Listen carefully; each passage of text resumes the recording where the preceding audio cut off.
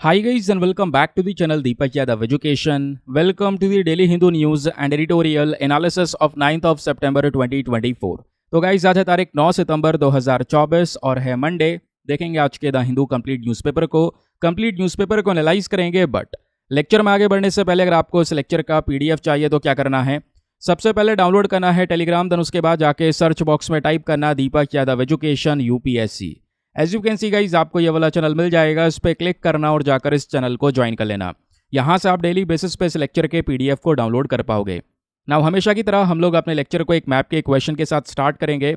तो आज आप सभी को मैप में जाकर देखना है बोलीविया को कहाँ पर है एग्जैक्टली लोकेटेड, इसको अच्छे से मैप में देखना। देन उसके बाद आकर नीचे कमेंट सेक्शन में टाइप करना, जिससे कि आप लोग इसको लंबे समय तक याद रख पाओगे। साथ ही साथ एक क्वेश्चन सॉल्व करेंगे जो कि यूपीएससी पैटर्न के ऊपर बेस्ड है। डेली बेसिस पे यहाँ पे हम एक प्रैक्टिस क्वेश्चन को भी सॉल्व करते हैं। अगर आप पिछले कुछ दिनों में करंट न्यूज़ को फॉलो कर रहे होंगे तो एक टर्म न्यूज़ में है पब्लिक अकाउंट्स कमेटी। तो इसी के रेफरेंस में आपसे यहाँ पे दो स्टेटमेंट देकर पूछा गया है कि दोनों में से कौन सा स्टेटमेंट सही है। अगर आपको इसका सही उत्तर नहीं पता है तो वीडियो में अभी हम इस कमेटी के बारे में डिस्कशन भी करेंगे, वहाँ से आपको प्रॉपर जानकारी मिल जाएगी, तब भी आप आराम से सॉल्व कर पाएंगे। फिलहाल के लिए यहाँ पे क्वेश्चन को देखें तो पहला स्टेटमेंट बोलता है कि पब्लिक अकाउंट्स कमेटी के अंदर में 15 मेंबर्स आते हैं लोकसभा से और 7 मेंबर्स आते हैं राज्यसभा से। दूसरा स्टेटमेंट बोलता है कि पब्लिक अकाउंट कमेटी का मेन काम क्या है, जो हमारी रेगुलेटरी बॉडीज़ होती हैं जिसको एक्ट ऑफ पार्लियामेंट के माध्यम से बनाया गया है, उनके परफॉर्मेंस को रिव्यू करने का काम करता है। तो बताइए दोनों में से कौन सा स्टेटमेंट सही है। Option number A 1 only, B 2 only, C दोनों सही हैं या फिर डी दोनों के दोनों गलत हैं। तो इसका आंसर सभी लोगों को नीचे कमेंट सेक्शन में देना है। तो चलिए आगे आते हैं और शुभारंभ करते हैं। सबसे पहले हमारा जो थंबनेल वाला टॉपिक है ये बहुत ही ज़्यादा इंपॉर्टेंट होने वाला है, specially GS paper number 3 science and technology के पॉइंट ऑफ व्यू से। मैं आपको बता दूं ये एक ऐसा टॉपिक है जहाँ पे यूपीएससी ने एक नहीं 2 क्वेश्चन यहाँ से रिलेटेड पूछे हुए हैं। तो अभी बहुत सारे न्यूज़ आर्टिकल्स पब्लिश हो चुके हैं, चाहे तो आप भी खुद एक बार सर्च भी कर सकते हैं। बात ये हो रही है कि जो हमारा प्लैनेट सैटर्न है यानी कि शनि ग्रह है, उसके जो रिंग्स बने हुए हैं वो 2025 में डिसअपियर हो जाएंगे या पृथ्वी से दिखाई नहीं पड़ेंगे। इसके पीछे का रीज़न क्या है, सैटर्न के बारे में कुछ फैक्चुअल डेटा, जुपिटर से कंपैरिजन में यहाँ पर कुछ क्वेश्चंस आए हैं वो कैसे पूछे गए हैं, हर एक चीज़ यहाँ पे कवर करेंगे। सबसे पहले दोस्तों अगर हम अपने सौर मंडल को देखते हैं तो सोलर सिस्टम में अगर हम सन को देखें, बाकी सारे दूसरे प्लैनेट्स को देखें, तो सैटर्न काफ़ी ज़्यादा अलग दिखाई पड़ता है, आराम से हम पहचान भी लेते हैं, है ना। मतलब उसके पीछे का रीज़न सिंपल सा है कि इसके आसपास यहाँ पर एक छल्ला है, एक रिंग है जो राउंड में आपको देखने को मिल जाएगा। सवाल यह है ये छल्ला बना कैसे है। तो दोस्तों इस रिंग्स के अंदर में क्या होता है, जो हमारे रॉकी ऑब्जेक्ट्स हैं, छोटे छोटे यहाँ पर कंकड़ के टुकड़े हैं, छोटे बड़े साइज़ के भी आपको नज़र आएंगे, आईसी ऑब्जेक्ट्स आपको देखने को मिलेंगे, ये सारी चीज़ें यहाँ पर इस छल्ले में घूम रही है और ये एक पूरा रिंग बन चुका है सैटर्न के इर्द गिर्द। ऐसे रिंग यहाँ पर कुछ और प्लैनेट्स के पास भी हुआ करते थे, ऐसे कुछ अनुमान हैं जैसे कि जुपिटर, यूरेनस, नेपच्यून, इनके पास में भी ऐसे रिंग्स हुआ करते थे, बहुत हल्के हुआ करते थे, जो कि यहाँ पर धीरे धीरे करके डिसअपियर हो गए। उसके पीछे का रीज़न क्या है वो भी आपको मैं आगे बताने वाला हूँ। इतना आपको समझ में आया। तो दोस्तों यहाँ पे अब बात यह है कि हम लोग ये खबर पढ़ रहे हैं कि पृथ्वी से 2025 में अगर हम सैटर्न को देखते हैं तो ये छल्ला नहीं दिखाई देगा। अब है तो ये बड़ी न्यूज़, लेकिन सवाल ये भी उठता है कि आखिरकार छल्ला क्यों नहीं दिखाई देगा, रीज़न क्या है। तो रीज़न दोस्तों यहाँ पर सैटर्न के मूवमेंट पर है, ज़रा प्लीज़ इसको ध्यान से सुनिएगा। जब हम लोग यहाँ पर इन प्लैनेट्स को देखते हैं तो सैटर्न काफ़ी ज़्यादा दूर है सूर्य से, तो सूर्य का जब चक्कर लगाता है तो बहुत ज़्यादा समय लग जाता है। जैसे पृथ्वी सूर्य के काफ़ी करीब है तो चक्कर लगाने में कम समय लगता है। तो जैसे हम लोग देखते हैं कि 1 साल हो गया 365 दिन, तो 365 डेज़ में यहाँ पर अर्थ जो है पूरा एक चक्कर लगा लेता है यहाँ पर सूर्य का, है ना। और जो हमारी पृथ्वी है वो थोड़ी सी टिल्टेड भी है ना। ये प्लैनेट आप देख पाओगे हल्का सा टिल्टेड आपको नज़र आएगा। लेकिन यहीं पर अगर हम पृथ्वी से सैटर्न को कंपेयर करें तो सैटर्न को लगभग दोस्तों यहाँ पे 29.4 अर्थ ईयर्स लग जाते हैं एक सिंगल ऑर्बिट को कवर करने में हमारे सन का। कहने का मतलब है पृथ्वी को अगर 1 साल लग रहे हैं पूरी तरह से सूर्य का चक्कर लगाने के लिए, तो सैटर्न को लगभग 30 साल लगते हैं, या 29.4 ईयर्स यहाँ पे लगते हैं। 29.4 अर्थ ईयर्स ऐड करना सही होगा क्योंकि पृथ्वी पर 365 दिन का 1 साल होता है। तो लगभग 30 अर्थ ईयर्स लग जाते हैं सैटर्न को यहाँ पे सूर्य का एक चक्कर मारने में। और दोस्तों सैटर्न को अगर आप देख पाओगे तो ये भी हल्का सा टिल्टेड होता है। टिल्टेड मतलब हल्का सा यहाँ पर झुकाव इसमें देखने को मिलेगा। कितना झुकाव है लगभग, तो जब हम सैटर्न की बात करते हैं तो 26.73 डिग्रीज के आसपास दोस्तों ये टिल्ट हुआ है। प्लीज़ इसको ध्यान रखिएगा क्योंकि यही अहम चीज़ है। और अभी होता क्या है, जब ये थोड़ा सा टिल्टेड भी है और इसको 30 साल लगते हैं चक्कर मारने में, तो बीच बीच में अगर हम इन 30 सालों को 2 पार्ट्स में डिवाइड कर दें, है ना, तो बीच में अगर आप देख पाएंगे तो सैटर्न का 15 साल ऐसे होते हैं जब ये सूर्य के काफ़ी करीब होता है, 15 साल ऐसे होते हैं जब ये सूर्य से काफ़ी ज़्यादा दूर होता है ना।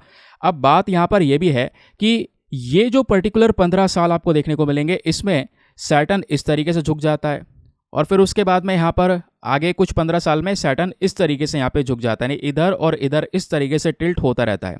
कभी इधर टिल्ट हो जाएगा, कभी इधर टिल्ट हो जाएगा हर 15 ईयर्स में।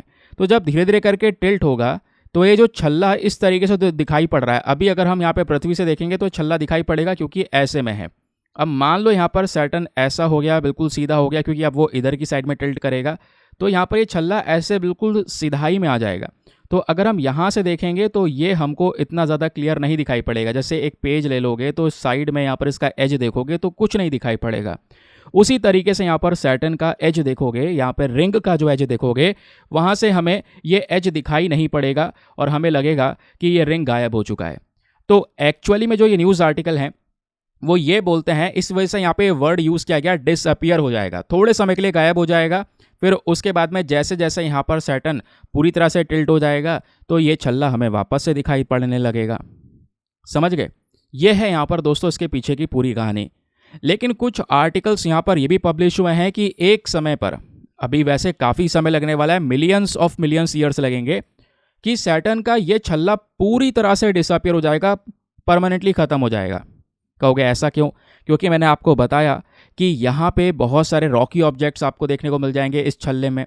तो सैटर्न की जो ग्रेविटी है वो यहाँ पर इन सभी रॉकी पार्टिकल्स को अपने अंदर में खींच लेगी। तो जब अपने अंदर में वो ग्रेविटी खींच लेगी तो ये छल्ला खाली हो जाएगा, समाप्त हो जाएगा। जैसा कुछ यहाँ पे पहले जुपिटर, नेपच्यून, यूरेनस के साथ में भी ऐसा कुछ हुआ। ठीक है, ये बात दोस्तों आपको क्लियर हो गई, समझ में आ गया। अब 2-4 इंपॉर्टेंट फैक्ट्स जान लो जो कि आपसे एग्जामिनेशन में पूछे जा सकते हैं। सबसे पहले सिंपल सी बात है, ये तो बच्चा ही बता सकता है, सैटर्न छठा ग्रह आपको देखने को मिलेगा जब हम सन के बाद से यहाँ पे जब गिनती लगाते हैं अपने प्लैनेट्स की, तो 6th प्लैनेट है और सेकंड लार्जेस्ट प्लैनेट है हमारे पूरे सौरमंडल में। पहला सबसे बड़ा प्लैनेट जुपिटर है, दूसरा सबसे बड़ा प्लैनेट यहाँ पर हमारा सैटर्न है। ठीक है, दोनों आस पड़ोसी भी आपको यहाँ पे नजर आएंगे। जब सैटर्न को देखते हैं तो ये काफ़ी ज़्यादा अलग होता है क्योंकि इसके छल्ले की वजह से। और ये छल्ला दोस्तों मैं आपको बताऊँ काफ़ी ज़्यादा मजेस्टिक है। कहने का मतलब है बहुत ही सुंदर दिखाई पड़ता है, बहुत ही ब्यूटीफुल नज़र आता है ना, और बहुत ही यूनिक भी है। ये सभी चीज़ें यहाँ पे नजर आएंगी। तो इसको बोलते हैं, सैटर्न की जो पहचान है इसके स्पेक्टेकुलर रिंग की वजह से हमको देखने को मिलती है। जैसे हमारा जुपिटर एक बहुत बड़ा प्लैनेट है ना। अब जुपिटर ऑब्वियस ही बात है, वहाँ पे गैसेस बहुत सारी प्रेजेंट है, गैस जाइंट प्लैनेट है। उसी प्रकार से सैटर्न भी है। तो अगर हम जुपिटर और सैटर्न को थोड़ा कंपेयर करें तो इसमें एक कॉमन चीज़ आती है, पता है क्या? इन दोनों का एटमॉस्फेयर, दोनों का वातावरण अगर आप देख पाओगे तो दोनों के वातावरण में गैसेस ही प्रेजेंट है, हीलियम और हाइड्रोजन दोनों में सबसे ज़्यादा मात्रा में है। ठीक है, मोस्टली हाइड्रोजन और हीलियम ही इन दोनों प्लैनेट्स में पाया जाता है। सैटर्न के ऊपर दोस्तों कई सारे मिशंस अभी तक भेज दिए गए हैं, प्लीज़ इसको ध्यान रखिए। जैसे हम अपने पूरे सौरमंडल को एक्सप्लोर कर रहे हैं, कई सारे मिशंस के बारे में जानकारी ले रहे हैं, तो सैटर्न से भी हमने कई सारी जानकारी ली है। तो उसके लिए हमने पायनियर 11 नाम का मिशन भेजा, फिर वॉयेगर 1 भेजा, है ना, फिर कैसिनी का नाम नहीं भूल सकते, वेरी वेरी इंपॉर्टेंट, इसको लेकर यूपीएससी सवाल पूछ चुका है, आगे मैं आपको प्रश्न दिखाऊंगा अभी। तो कैसिनी यहाँ पर हमारे सैटर्न को ऑर्बिट करता है और अभी तक 2004 से 2017 के बीच में लगभग 294 टाइम्स पूरे सैटर्न को ये चक्कर लगा चुका है, ऑर्बिट कर चुका है। अब जैसे यहाँ पे आपको पता है पृथ्वी के पास में हमारे पास में एक चंद्रमा है, मून है, उसी तरीके से जुपिटर के पास में 90 से ज़्यादा चंद्रमा है। सैटर्न के पास में 145 या 46 के आसपास चंद्रमा है। ये नंबर हो सकता है गलत हो, बट अभी के समय पर पूरे सौरमंडल में सबसे ज़्यादा मून्स अगर किसी प्लैनेट के पास में है तो वो सैटर्न है दोस्तों। ये प्रश्न भी यूपीएससी पूछ चुका है, लेकिन उस समय पर दोस्तों वो जुपिटर आंसर हुआ करता था क्योंकि पहले का प्रश्न है। फिलहाल क्योंकि अभी रिसेंट में कई सारे मून्स डिस्कवर हुए हैं, तो अभी के बाद यहाँ पे आप देख पाएंगे तो सबसे ज़्यादा मून के साथ में सैटर्न एक प्लानट है हमारे पूरे सौरमंडल में। बाकी सारे डिफ्रेंसिएशन मैं आपको बता ही चुका हूँ कि कौन कौन से मिशंस हम लोगों ने सैटर्न पर भेजे हैं, ये सभी के नाम आपको दिख रहे होंगे। जुपिटर पर जो हमने मिशन भेजा उसमें यहाँ पर गैलीलियो है, जूनो है, यूरोपा क्लिपर है, इस तरीके के मिशंस हम लोगों ने लॉन्च किए हुए हैं। समझ गए? क्लियर हो गया? चलिए अब दोस्तों यहाँ पे सैटर्न के छल्ले के बारे में बात की, ये भी देखा कि सैटर्न का छल्ला कितना खूबसूरत है, ये सब कुछ कवर किया। लेकिन आपको पता है एक और न्यूज़ यहाँ पर चलती है, और वो न्यूज़ यह है कि हमारी पृथ्वी आज ऐसी है, हमारे पृथ्वी के आसपास भी ऐसी रिंग बन सकती है, आने वाले समय पर छल्ला बन सकता है। लेकिन पता यहाँ पर एक ट्विस्ट है, जो छल्ला पृथ्वी के आसपास बनेगा वो सैटर्न जितना खूबसूरत नहीं होगा, और हमारे पृथ्वी की खूबसूरती को और बेकार कर देगा यह छल्ला। कहोगे ऐसा क्या होगा इसमें? इसमें केवल और केवल वेस्ट होने वाला है, डेब्रिस होने वाला है, गार्बेज होने वाला है, कूड़ा होने वाला है। अब ये कूड़े से छल्ला बन जाएगा, ये कूड़ा कहाँ से जाएगा? तो ये जाएगा दोस्तों हमारे सैटेलाइट से। आपने सुना नहीं है स्पेस डेब्रिस का जो वर्ड का नाम मीनिंग समझ, कई बार मैंने आपको पढ़ा रखा है। तो स्पेस डेब्रिस मतलब क्या होता है? जो हम सैटेलाइट्स लॉन्च कर रहे हैं इनकी एक पर्टिकुलर लाइफ होती है, उसके बाद ये समाप्त हो जाते हैं, इनका यूज़ खत्म हो जाता है। तो ऐसे ही यहाँ पर कबाड़ बनकर ये अंतरिक्ष में तैर रहे होते हैं। तो ऐसी रिंग्स यहाँ पे पृथ्वी के पास में भी आएंगी, लेकिन जैसा मैंने आपको बताया ये बदसूरत होंगी, खूबसूरत नहीं होंगी।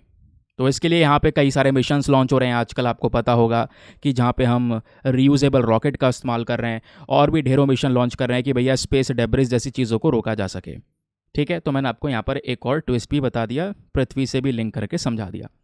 अभी यहाँ पे अगर आप देख पाएंगे 2014 में यूपीएससी प्रीलिम्स में एक क्वेश्चन पूछा गया। क्वेश्चन यह है कि यहाँ पे 3 स्पेस क्राफ्ट्स के नाम दिए गए हैं, Cassini, huygens, Messenger and Voyager 1 and 2, और यहाँ पे इनका पर्पस दिया गया है कि इनका मेन पर्पस क्या है। तो कैसिनी, क्या ये वीनस पर हमने भेजा था, ऑर्बिट किया था, ताकि वीनस से डेटा पृथ्वी पे लेकर आया जा सके? गलत है भाई, पहले ही हमारा पूरा मैचिंग गलत है। क्यों? अभी हमने पढ़ा था कैसिनी जो है वीनस पे नहीं, कैसिनी भेजा गया था दोस्तों सैटर्न के ऊपर में। सैटर्न पे ही तो कैसिनी भेजा था, अभी हमने पढ़ा था ना। तो पहला वाला स्टेटमेंट दोस्तों गलत है। बाकी अगर आप देख पाएंगे ये सेकंड और थर्ड स्टेटमेंट्स हमारे करेक्ट हैं। That is why option number B 2 and 3 only is the correct answer. ठीक है, तो ऐसे क्वेश्चंस बनते रहते हैं, प्लीज़ ध्यान रखिएगा, इंपॉर्टेंट है। चलिए अब आगे आते हैं। आगे बढ़ने से पहले एक और इंपॉर्टेंट इन्फॉर्मेशन, अगर आप लोग हमारे पेड ग्रुप्स को ज्वाइन करना चाहते हैं तो आपके पास में बढ़िया मौका है इसको ज्वाइन करने के लिए। यहाँ पर आपको डेली बेसिस पे करंट नोट्स के पीडीएफ वगैरह मिल जाते हैं। जैसे अभी हमने एक आर्टिकल डिस्कस किया, बहुत सारा बैकग्राउंड डेटा कवर किया। ये सभी बैकग्राउंड डेटा दोस्तों आप इमेजिन करो, आपको एक छोटे से पीडीएफ में कंपाइल करके दे दिया जाता है, एक ऐसा पीडीएफ जिसका प्रिंट आउट वगैरह आप निकलवा सकते हैं। अभी इन स्लाइड्स को भी फॉलो करेंगे तो 150-200 स्लाइड्स हो जाती हैं, उनको कंपाइल कर दिया जाता है 15 से 20 पेजेस के अंदर में, जिसका आराम से आप एक्सेस कर पाएंगे। उसमें कोई ऐसे फोटोज़ वगैरह नहीं होता जिससे डिस्ट्रैक्शन होगा, क्योंकि ऑब्वियस सी बात है यूट्यूब पर वीडियोज़ में प्रेजेंटेशन मैटर करता है। बट वहाँ पे आप आराम से उसका प्रिंट आउट निकलवा के पढ़ सकते हैं, जैसे भी आप उसका यूज़ कर सकते हैं आप कर पाएंगे। और सबसे अच्छी बात, वो पीडीएफ्स हिंदी और इंग्लिश दोनों भाषाओं में है ना। फिर उसके बाद ऐसा ग्रुप आपको ज्वाइन करवाया जाता है जहाँ पे आपका सभी करंट अफेयर्स का कंटेंट सिक्योर हो जाता है। इस ग्रुप को आज भी ज्वाइन करोगे तो पहले के भी करंट अफेयर्स आपको वहाँ पर मिल जाएंगे, पूरा डेटा पुराना भी होगा और नया भी अपडेट डेली बेसिस पे हो रहा है तो वो भी मिलता रहेगा। अब दोस्तों ग्रुप को ज्वाइन करने का फ़ी पेमेंट ना बहुत ही मिनिमम है, जस्ट 499, और जब तक आपका सिलेक्शन ना हो जाए तब तक के लिए। तो 499 में ज्वाइन करो, और जब तक सिलेक्शन हो जाएगा तब तक यहाँ पे जितना भी डेटा है आप उसमें वो रेफ़र कर सकते हैं। ग्रुप को ज्वाइन करने के लिए क्या करना है, व्हाट्सएप पर जाना, यहाँ पर आपको एक नंबर दिया गया है 8534873368। इस नंबर पर मैसेज कर देना, और एक मैसेज ये कर देना यार कि I want to join this group. इस प्रकार का आप मैसेज कर दोगे, वहाँ पर रिप्लाई मिलेगा, पेमेंट का प्रोसेस दिया जाएगा, और उससे ज़्यादा इंपॉर्टेंट आपको डेमो वीडियो का लिंक भी मिलेगा। आप पूरे डेमो वीडियो को अच्छे से चेक कर सकते हैं, देख सकते हैं कि मुझको कहाँ पर क्या फ़ायदे हो रहे हैं। अपने आप को कम्प्लीटली सेटिस्फाई करने के बाद में जाकर ये इन्वेस्टमेंट कर सकते हैं। ठीक है, चलिए भाई आगे आते हैं नेक्स्ट आर्टिकल पर। अगला आर्टिकल, जैसे कल मैंने एक आप लोगों से सर्वे करवाया था और पूछा था आप लोगों से नीचे कमेंट सेक्शन में कि भाई बताइए वीडियोस कैसे लाने हैं, तो मैक्सिमम कमेंट्स, लगभग 2500 से ज़्यादा कमेंट्स ये हैं कि सर वीडियोस में और भी सोर्सेज को ऐड कीजिए ताकि हमें इधर उधर भागना ना पड़े। तो उसी के बेसिस पे आज कंटेंट रेडी किया गया है। वीडियो को अच्छे से सुनिएगा, और लास्ट में एक टेस्ट मिलेगा, उस टेस्ट को अटेम्प्ट करना, क्योंकि कई लोग ये सवाल पूछते हैं सर इतनी सारी चीज़ें हम कैसे याद रखेंगे। डेली बेसिस पे। अब क्वेश्चन की प्रैक्टिस होगी लास्ट में, तब तो याद रख पाएंगे ना, क्योंकि अभी क्या करना है, चीज़ों को मेमोराइज करना है, लास्ट में क्वेश्चंस को अटेम्प्ट करना है, तो आराम से यहाँ पर आप ये काम कर पाएंगे। बाकी रिवीजन वगैरह के वीडियोस मैं जल्द ही आपके सामने लाऊंगा, वीकली रिविजन्स और मंथली रिविजन्स, ठीक है, तो उसमें भी आपका रिवीजन हो जाएगा। क्लियर हो गया? चलिए, आज हमारे द हिंदू अखबार में पेज नंबर 1 पर एक आर्टिकल प्रेजेंट है जिसको जीएस पेपर नंबर 3 इकोनॉमी के साथ में लिंक करेंगे। कुछ खास खबर नहीं है, 2-4 पॉइंट्स हैं एग्जाम में जो बन सकते हैं, वो मैं आपको बता देता हूं। सरकार ने डिसॉल्व कर दिया है panel on statistics survey amid delay census. दोस्तों, सेंसस क्या है? यह है जनगणना। आपको पता है हमारे देश में हर 10 साल में जनगणना होती है। सेंसस में होता क्या है, हम अपने देश में जो पॉपुलेशन है, जनसंख्या है, उनकी काउंटिंग करते हैं, उनका एक स्पेसिफिक डेटा हमको पता चलता है।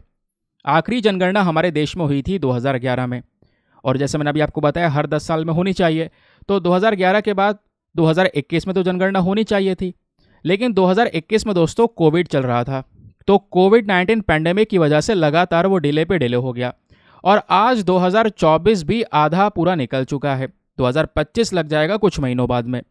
तो दोस्तों, यहाँ पे प्रॉब्लम यह है कि जनगणना अभी तक नहीं हुई है, जो पहले हो जानी चाहिए थी। इसको लेकर कुछ कमिटीज़ बनाई गई।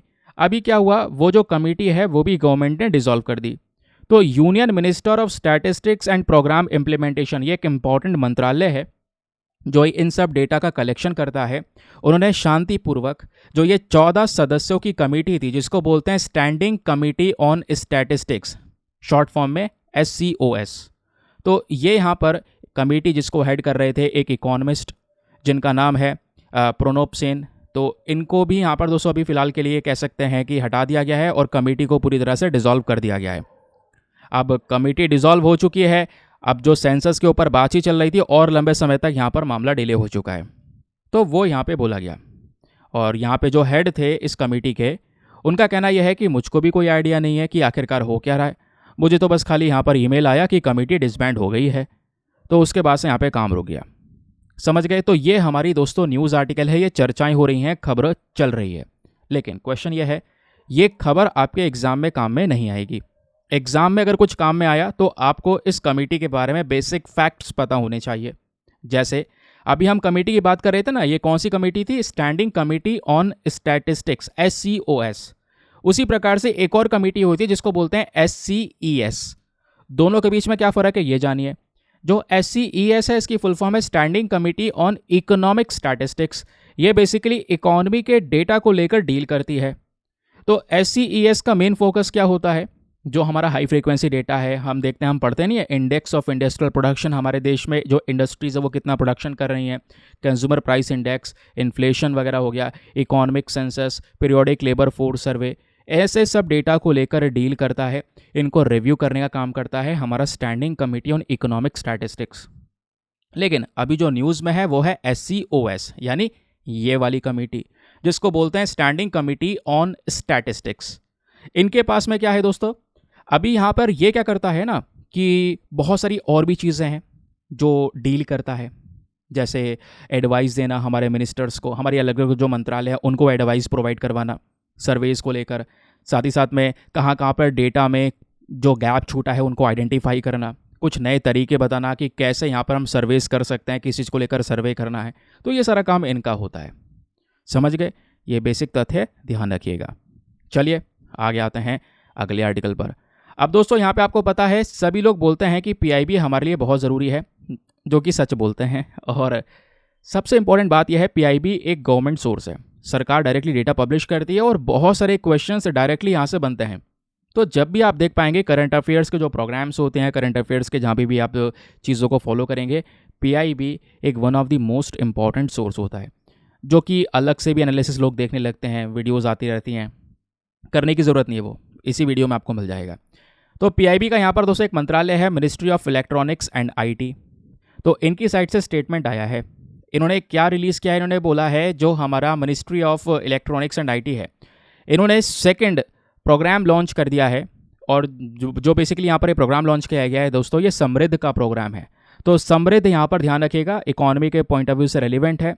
समृद्ध क्या है, आइए मैं इसके बारे में आपको बताता हूँ। तो हाल ही में हमारे इस मंत्रालय ने यहाँ पे कह सकते हैं इसको लॉन्च किया है, इसके सेकंड प्रोग्राम को लॉन्च किया है समृद्ध को, और समृद्ध का मेन पर्पस पता है क्या है? मेन पर्पस है जो हमारा डेवलपमेंट और जो हमारा ग्रोथ है उसको और ज़्यादा बढ़ावा देना। अब देश में डेवलपमेंट और ग्रोथ कैसे होती है? बिजनेस की वजह से। जितने ज़्यादा बिजनेस होंगे, अब बिजनेस की शुरुआत कैसे होगी? क्या बिजनेस बने बनाए होंगे? नहीं, एक स्टार्टअप होता है पहले शुरू में, फिर उसके बाद धीरे धीरे करके वही ग्रो करता है, फिर वो बिजनेस धीरे धीरे बढ़ेगा, है ना, और उसकी जो वैल्यूज़ है वो यहाँ पर इंप्रूव होती चली जाएंगी। समझ गए? फिर उसके बाद में यूनिकॉर्न और वगैरह वगैरह ऐसे टर्म्स आ जाते हैं जैसे जैसे उस पर्टिकुलर कंपनी की वैल्यू बढ़ती है। तो समृद्ध स्कीम जो है ये हमारा इसी ministry of electronics and IT का हिस्सा है। इम्पॉर्टेंट प्रोग्राम है जिसका मेन पर्पज़ है हमारे देश में जो स्टार्टअप बिजनेसेस होते हैं, है ना, उसको सपोर्ट करना, है ना। तो स्टार्टअप एक्सेलरेशन जो होते हैं उसको सपोर्ट करना, ये इसका मेन काम है।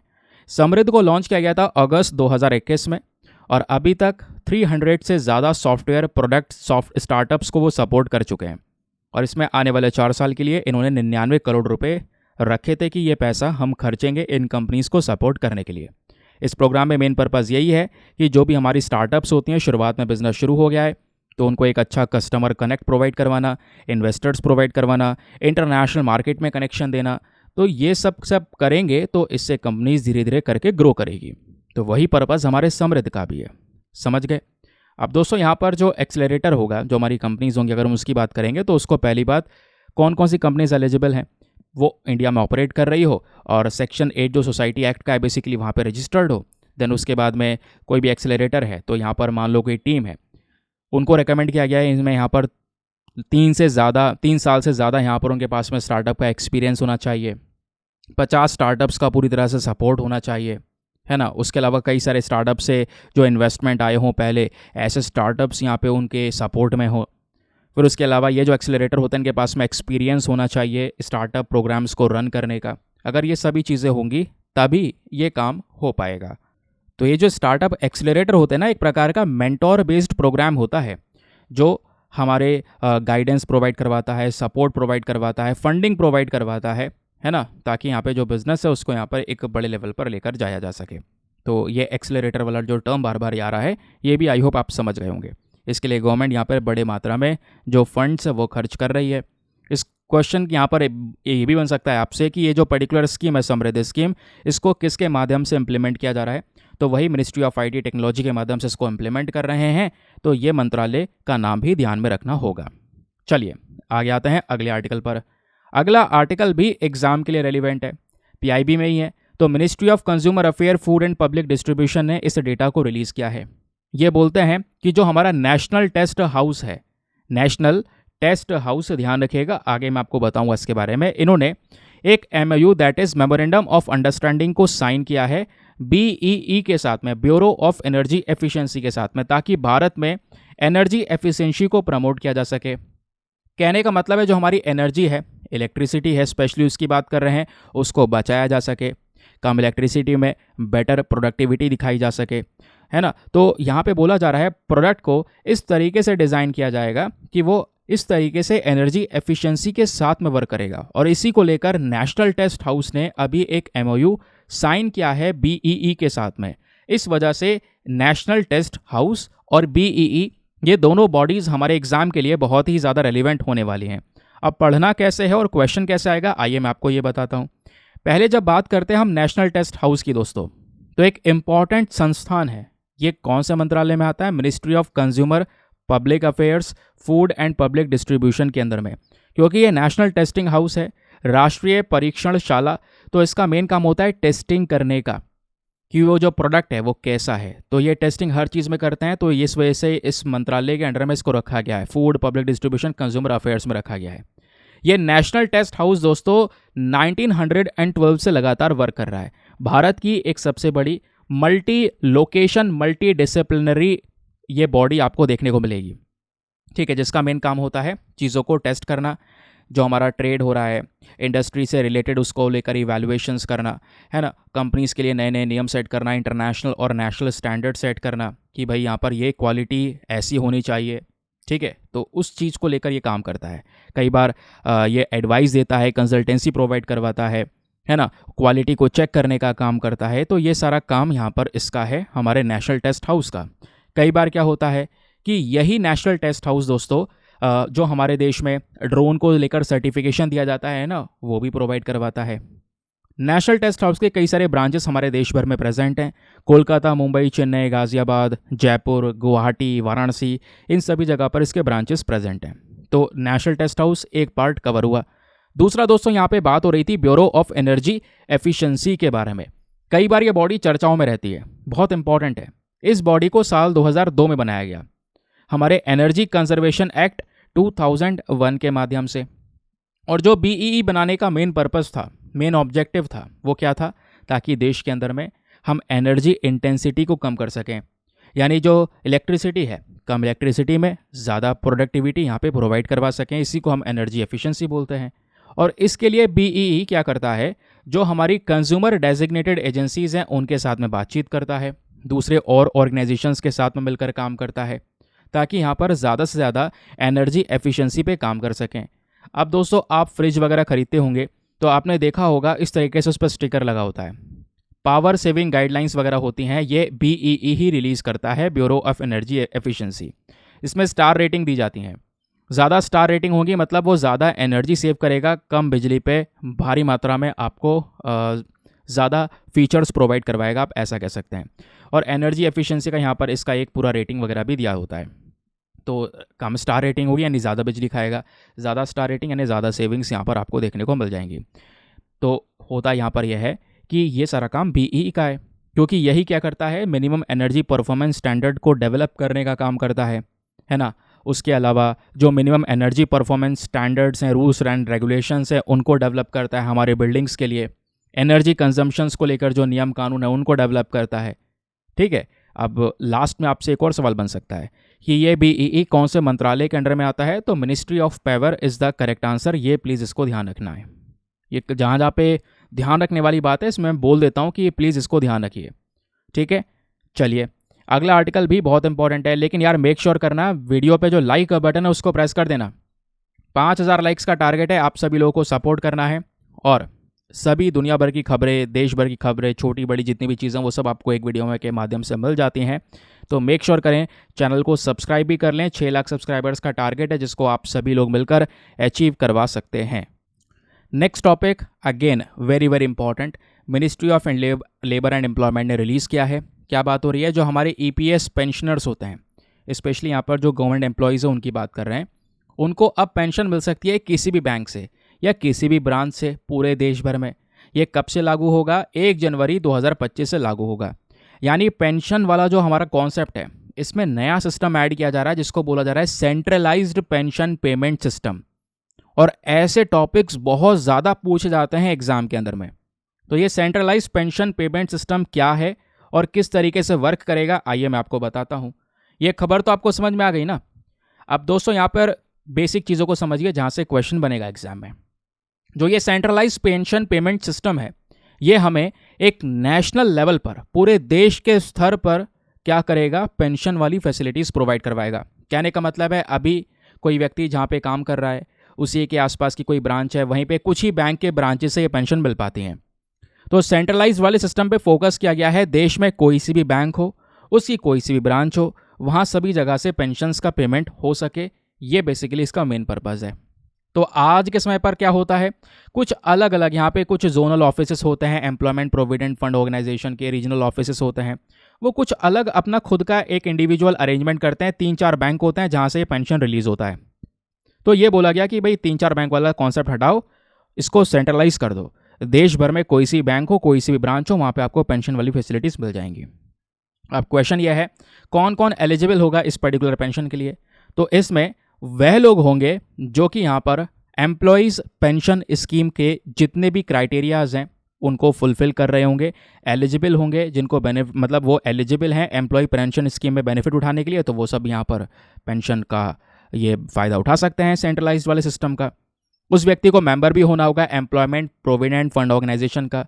उस व्यक्ति को यहाँ पर 10 साल सर्विस देते हुए हो चुके होंगे तो वो एलिजिबल हो पाएगा। उम्र यहाँ पर 58 साल होनी चाहिए। समझ गए? अब पेंशन यहाँ पे जमा होती रहेगी, थोड़ा सा यहाँ पे आपको पता है वो लास्ट में इकट्ठी दी जाएगी। तो एक व्यक्ति यहाँ पर वैसे 58 की उम्र में अगर पहुँच चुका है है ना। तो यहाँ पर इन सब चीज़ों का फ़ायदा उठा पाएगा, पेंशन्स को निकाल पाएगा, लेकिन 50 की उम्र में या उससे पहले भी निकाल सकता है कुछ अपने स्पेशल पर्पज़ के लिए, लेकिन उस समय पर जो रेट है वो यहाँ पर थोड़ा कम मिलेगा। और अभी ये जो पेंशन है इसको आगे बढ़ा भी सकता है 60 साल तक, 60 ईयर्स। वैसे 58 तो अब की लास्ट एज है, अगर 60 ईयर्स ऑफ एज हो जाएगा उसके बाद यहाँ पर अगर वो निकालता है पेंशन, तो उसको पेंशन यहाँ पे उस पर 4% थोड़ा सा और ज़्यादा एडिशनल रेट मिल जाएगा हर पर्टिकुलर ईयर के हिसाब से, तो थोड़ा ज़्यादा बेनिफिट मिल जाएगा, वो यहाँ पर कहने का मतलब है। तो ये जो फैसिलिटी है अभी फ़िलहाल लॉन्च नहीं हो रही है, 1 जनवरी 2025 से लॉन्च होगी। तो इसको लेकर और भी कई सारे डिटेल्ड आर्टिकल्स पब्लिश होंगे, तब भी यहाँ पे हम इसके बारे में समझेंगे। तो सेंट्रलाइज्ड पेंशन पेमेंट सिस्टम क्या है ये आप समझ गए, जहाँ पे पूरे देश भर में पेंशन दी जा सकेगी बिना किसी यहाँ पर मतलब रुकावट के। पहले क्या होता था, कोई एक पर्टिकुलर व्यक्ति जहाँ पे काम कर रहा है उसकी एक सेट लोकेशन होती है, उसी बैंक उसी ब्रांच से मिलेगा। अब ऐसा नहीं है, देश भर में कहीं से भी ये चीज़ें मिल पाएंगी। ठीक है, इससे 78 लाख से ज़्यादा जो हमारे EPO पेंशनर्स दोस्तों उनको यहाँ पर बेनिफिट प्रोवाइड करवाने वाले हैं, ऐसा यहाँ पर बताया जा रहा है। चलिए आगे आते हैं नेक्स्ट आर्टिकल पर। अगला आर्टिकल हमारे इंडियन एक्सप्रेस के अंदर में पब्लिश हुआ है और बहुत ही ज़्यादा रेलिवेंट टॉपिक है, यहाँ से क्वेश्चन बन सकता है। अभी 2 दिनों पहले मैंने एक एडिटोरियल डिस्कस किया था जहाँ पे चाइना और अफ्रीका के रिलेशंस मैंने बहुत डिटेल से आपको समझाए। तो चाइना और अफ्रीका लगातार बार बार न्यूज़ में आ रहा है, उनसे संबंधित एक बॉडी चर्चाओं में है जिसका नाम है FOCAC। इसका फुल फॉर्म है forum on China Africa cooperation. तो दोस्तों इंडियन एक्सप्रेस के एक्सप्लेनर सेक्शन पर यह आर्टिकल पब्लिश हुआ है, जहां पे बात हो रही है कि चाइना ने अभी इस पर्टिकुलर समिट को होस्ट किया और इसका इम्पोर्टेंस बहुत ज़्यादा है। और सबसे अच्छी बात यहाँ पर चाइना के लिए देखने को ये मिल जाएगी कि इस समिट के अंदर में अफ्रीका की 53 कंट्रीज़ प्रेजेंट हैं। और चाइना का मेन पर्पस पता है, यही है कि अफ्रीका में घुसना और अफ्रीका से ज़्यादा नेचुरल रिसोर्सेस निकालना। वो सब मैं आपको पढ़ा चुका हूँ पहले भी कि चाइना का इंटरेस्ट है क्या। फिलहाल यहाँ पे हम अभी इस मंच की बात कर रहे हैं जहाँ पे चाइना और अफ्रीका दोनों मिलकर बातचीत करते हैं, डिस्कशंस करते हैं, अग्रीमेंट्स साइन करते हैं। उस मंच का नाम है forum on China Africa cooperation. इस मंच को दोस्तों बनाया गया था साल 2000 में और उसके बाद में मेन पर्पस यही था ताकि चाइना और अफ्रीका के संबंधों को बहुत ज़्यादा मजबूत किया जा सके। ये रहा चाइना और ये रहा हमारा पूरा का पूरा अफ्रीकन कॉन्टिनेंट, ये है मडागास्कर। चलिए हाँ, अफ्रीका में ही आता है वो भी। अब दोस्तों यहाँ पर ये जो FOCAC की हम बात कर रहे हैं, एक मंच है, तो यहाँ पे चाइना और अफ्रीका के 53 कंट्रीज़ जो हैं आपस में मिलकर डिस्कशन करती होंगी, बातचीत करती होंगी। तो सवाल यह है कि कितने साल में ये समिट होता है। तो ध्यान रखिए हर 3 साल में ये समिट बार बार होता है ना। और इसमें आपको कभी चाइना कभी अफ्रीका का मेंबर इस तरीके से इसको चेयर करते रहते हैं, ऑल्टरनेटिव बेसिस पे यहाँ पर ये होता रहता है। क्लियर हो गया। अब दोस्तों मेंबर कंट्रीज़ की बात करेंगे तो FOCAC में 53 अफ्रीकन नेशंस है, क्योंकि पूरे अफ्रीका को देख पाओगे दोस्तों इसमें 50 से ज़्यादा देश हैं। लगभग 54 देश की हम बात कर लें जो बताया जाता है, तो इसमें से 53 देश, कितने 53 कंट्रीज़ तो डायरेक्टली FOCAC का हिस्सा है। तो कहोगे भाई कौन है वो आखिरी देश जिसमें इतना जज्बा, इतनी ताकत कि वो यहाँ पर इसका हिस्सा नहीं बना। तो दोस्तों वो है एस्वातिनी। ये नाम ध्यान रखिएगा, बहुत ज़्यादा इंपॉर्टेंट है, आने वाले समय पर हैरानी नहीं होनी चाहिए जब ये क्वेश्चन देखने को मिल जाए। एस्वातिनी यहाँ पर एक ऐसा देश है जो FOCAC का हिस्सा नहीं है, बाकी सब लोग यहाँ पर या सभी कंट्रीज इस FOCAC का हिस्सा है। पता है एस्वातिनी क्या करता है? एस्वातिनी की जो डिप्लोमेटिक टाइज हैं, इनका रिलेशन ताइवान से ज़्यादा है और चाइना चाहता है ताइवान को कब्जा ना। इनका रिलेशन ताइवान से ज़्यादा है, ये चाइना के अगेंस्ट में, चाइना की वन चाइना पॉलिसी को भी ये नहीं मानते। ये है एस्वातिनी, अकेला यहाँ पर आपको शेयर देखने को मिलेगा पूरे अफ्रीकन कॉन्टिनेंट में। तो ये रहा अफ्रीका, इसको देखोगे इस तरीके से। अब एस्वातिनी जिसकी हम बात कर रहे हैं दोस्तों, वो जस्ट नीचे आपको यहाँ पर एक देश देखने को मिलेगा, छोटा सा देश है। चलिए मैं आपको थोड़ा जूम करके दिखाता हूँ ताकि आप अच्छे से समझ पाएँ। ये आपको नज़र आएगा, ठीक है, ये रहा एस्वातिनी। क्लियर हो गया? तो यहाँ पर आप देख पाएंगे नीचे की साइड में आपको यहाँ पर नज़र आएगा। तो छोटा सा देश है एस्वातिनी, जो रिसेंटली काफ़ी ज़्यादा चर्चाओं में रहा है। अब एस्वातिनी की लोकेशन वगैरह है तो उसको जूम करके पढ़ लो अच्छे से। जैसे एस्वातिनी के आसपास है साउथ अफ्रीका, मोजाम्बिक, और मैक्सिमम बॉर्डर इसका साउथ अफ्रीका के साथ में ही है 3 साइड से, बाकी एक मोजाम्बिक के साथ में बॉर्डर है। ये देख पाओगे एस्वातिनी के किंग हैं, ये यहाँ पर ताइवान की मिनिस्टर हैं, दोनों आपस में कई बार मीटिंग्स कर चुके हैं। कई बार डिस्कशंस हो चुके हैं। तो एस्वातिनी के रिलेशन ताइवान के साथ में है, ना कि चाइना के साथ में, इस वजह से वो FOCAC का हिस्सा नहीं है। लेकिन बाकी यहाँ पर जितने भी 53 नेशंस हैं अफ्रीका के, वो सब के सब FOCAC का हिस्सा हैं, जो कि चाइना के साथ में कई सारे डिस्कशंस करते हैं इकोनॉमी को लेकर, ट्रेड को लेकर और भी कई सारे अग्रीमेंट्स को लेकर। ठीक है, इतनी बात क्लियर हो गई। चलिए आते हैं नेक्स्ट आर्टिकल पर। अगला आर्टिकल हमारे द हिंदू न्यूज़पेपर में पब्लिश हुआ है। क्या बात हो रही है? जो पब्लिक अकाउंट्स कमेटी है, जिसको लेकर मैंने प्रीलिम्स का क्वेश्चन भी पूछा है आपसे स्टार्टिंग में, तो यहां से आप जवाब भी दे पाएंगे, इतना सरल तरीके से आपको मैं बता दूंगा।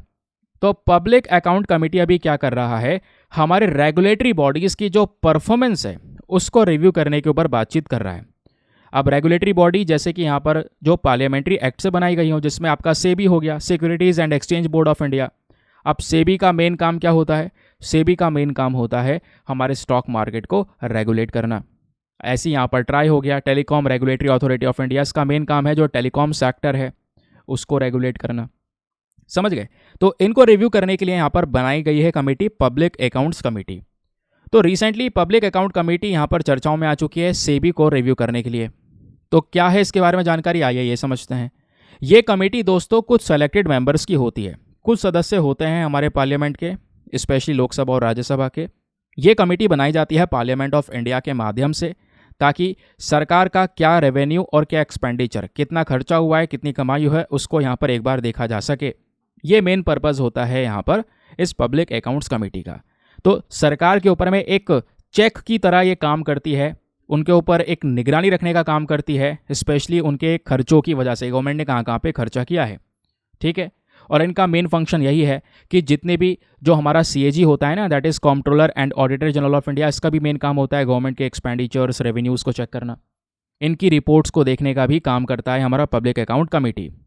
और CAG ये जो होते हैं ये सपोर्ट भी करते हैं इस कमेटी को, जब ये कमेटी इन्वेस्टिगेशन बैठाती है, चेक करती है इन बॉडीज़ को।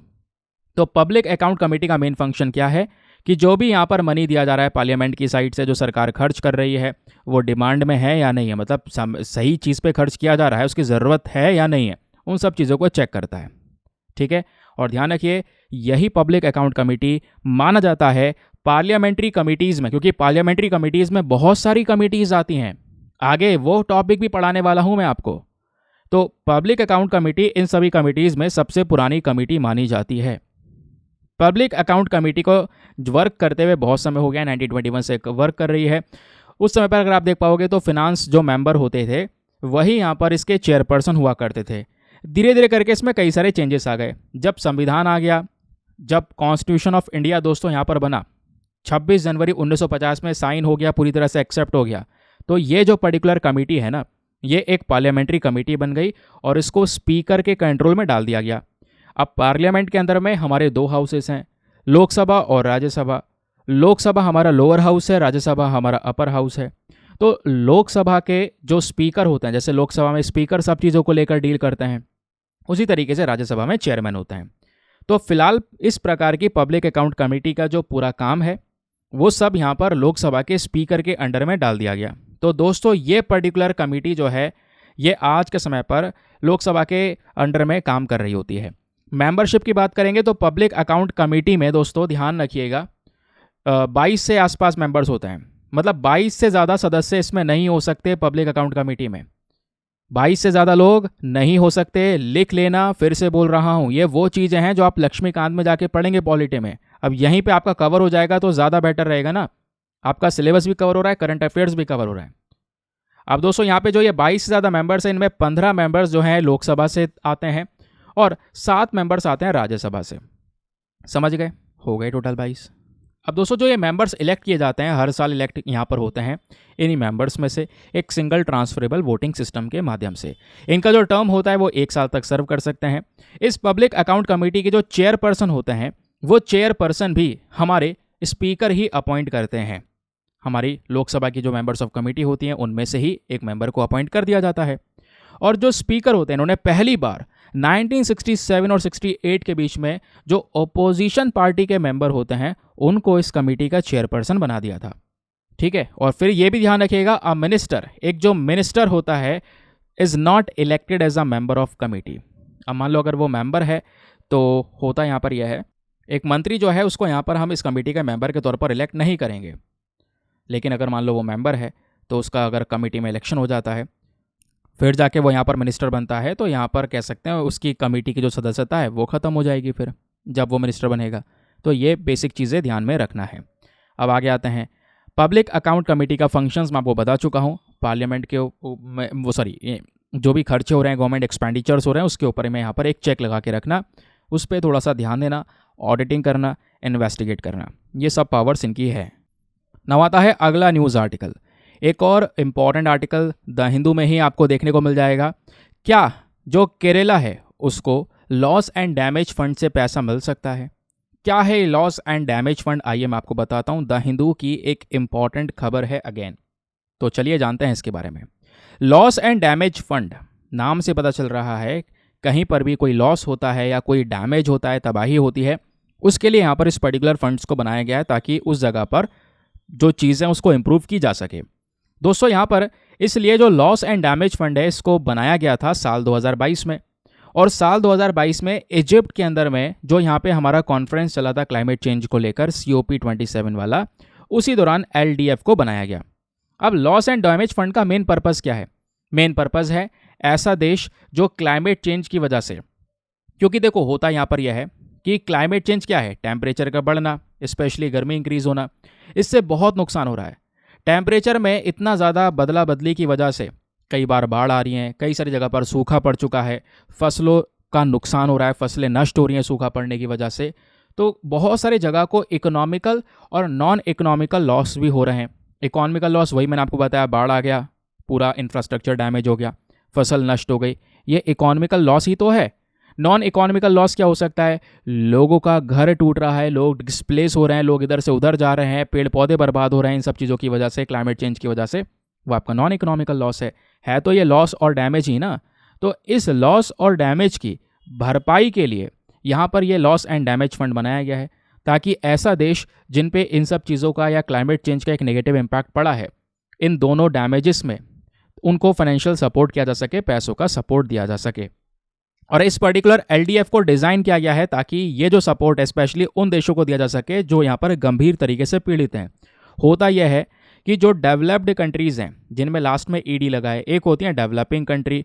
डेवलपिंग कंट्री लगातार काम कर रही हैं अपने आप को डेवलप्ड कंट्री यानी विकसित देश बनाने में। अब डेवलप्ड कंट्री जितनी वेस्टर्न कंट्रीज़ आपको नजर आएंगी, यूरोपियन कंट्रीज़ है, वो सब डेवलप्ड कंट्रीज़ हैं, ऑलरेडी डेवलप हो चुकी हैं। बहुत प्रदूषण किया है इन्होंने अपने इतिहास में, आज भी प्रदूषण कर रहे हैं।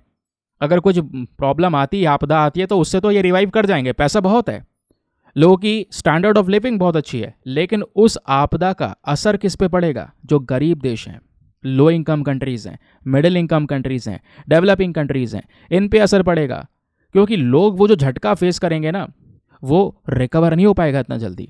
इसलिए ये LDF बनाया गया ताकि LDF में फंड्स इकट्ठे किए जा सकें। और ये फंड्स किससे लेंगे? हम लेंगे यहाँ पर डेवलप्ड कंट्री से जो ऑलरेडी विकसित हो चुके हैं। और ये बेसिकली डेवलप्ड कंट्री का एक वॉलंटरी कंट्रीब्यूशन होगा। वॉलंटरी मतलब स्वैच्छिक है, मतलब अपनी मर्जी है, अपनी मर्जी से पैसा यहाँ पर इसमें जमा करें LDF में। और दुनिया में क्लाइमेट चेंज की वजह से किसी भी कंट्री में कोई आपदा आती है और वो कंट्री एलिजिबल है यहाँ से फंड्स इकट्ठा करने के लिए, तो LDF से फंड दिया जाएगा ताकि वो कंट्री उस प्रॉब्लम से बाहर निकल सके, या जो बर्बादी हुई है वो बर्बादी को यहाँ पर ठीक किया जा सके, नहीं तो फिर वो देश और ज़्यादा कोलैप्स कर जाएगा। तो इसके लिए यहाँ पर दोस्तों LDF को क्रिएट किया गया। ठीक है, सिंपल बात है, बहुत ही सिंपल शब्दों में मैंने आपको समझा दिया है।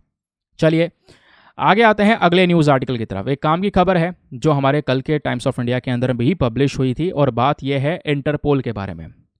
इंटरपोल जो कि दुनिया भर की पुलिस को जोड़ने का काम करता है। इंटरपोल ने अभी दोस्तों 100 रेड नोटिस को पिछले साल यहाँ पर इशू किया, जिस वजह से यहाँ पर ये चर्चाओं में है ना। तो CBI के जो चीफ हैं उन्होंने रिसेंटली अनाउंस किया है कि इंटरपोल ने पिछले साल 100 रेड नोटिस जारी किए थे।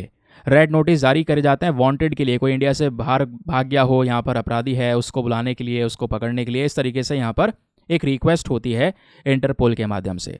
तो इंटरपोल की फुल फॉर्म क्या है? इसकी फुल फॉर्म है International Criminal Police Organization, short form में इंटरपोल बोल देते हैं। एक ऐसा इंटरनेशनल ऑर्गेनाइजेशन होता है जहां पर दुनिया भर की पुलिस को आपस में जोड़ा जाता है इस पर्टिकुलर प्लेटफॉर्म में।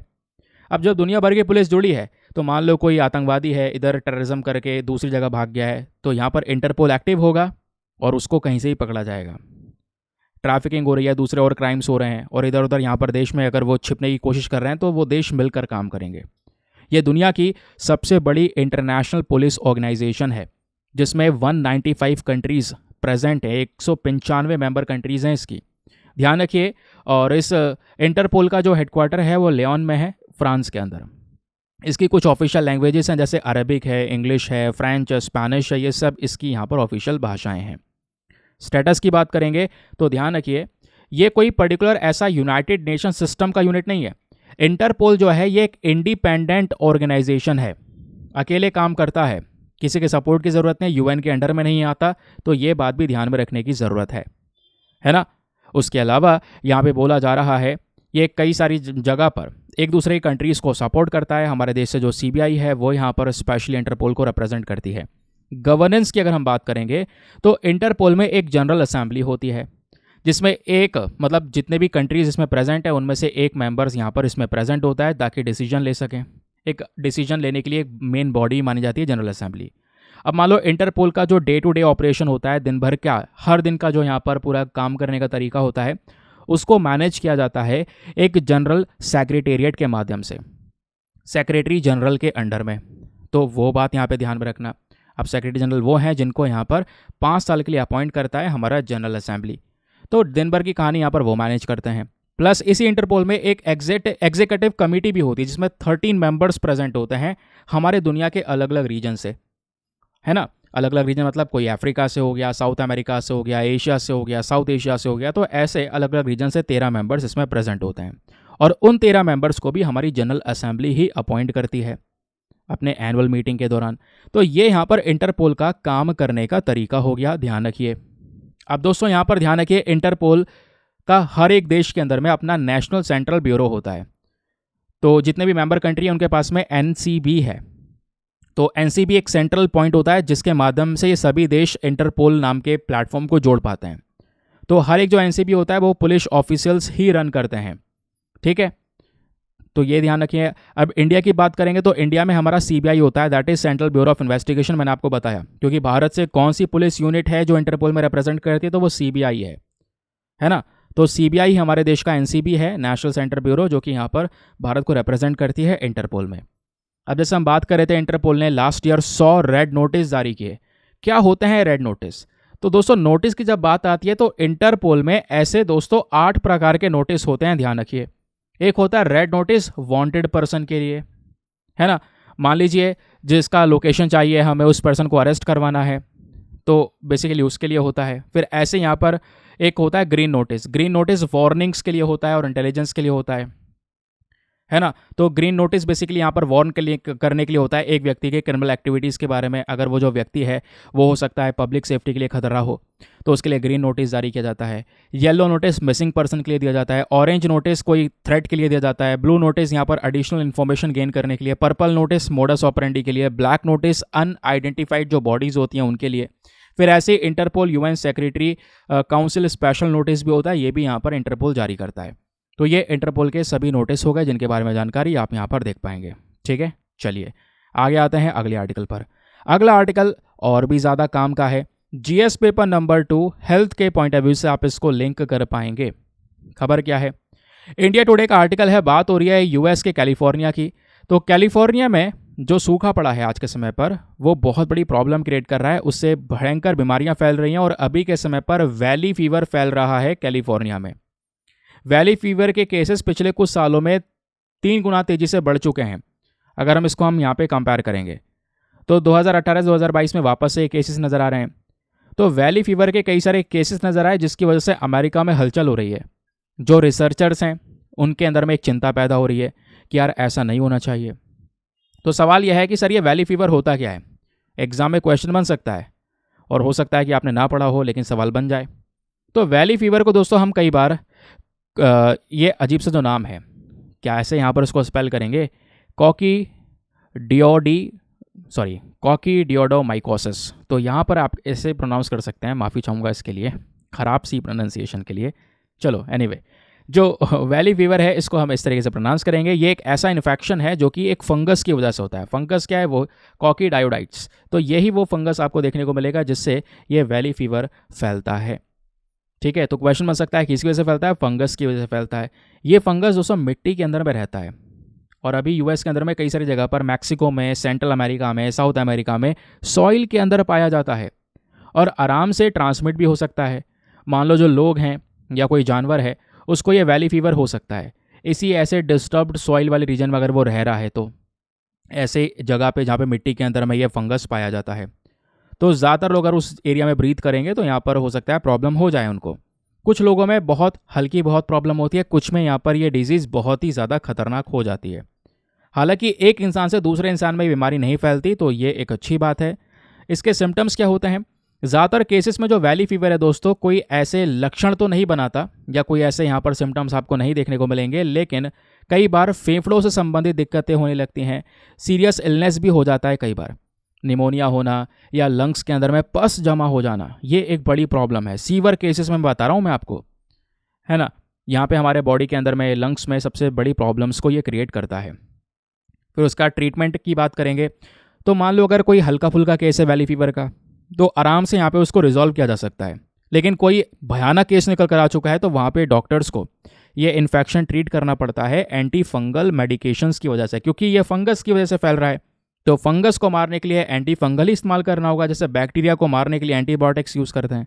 सिंपल है, ठीक है। तो ध्यान रखिएगा, इसको क्वेश्चन आपसे बन सकता है। चलिए, आज के द हिंदू अखबार में ही पेज नंबर 1 पे एक और आर्टिकल प्रेजेंट है जिसको जीएस पेपर नंबर 2 हेल्थ के पॉइंट ऑफ व्यू से लिंक कर सकते हैं।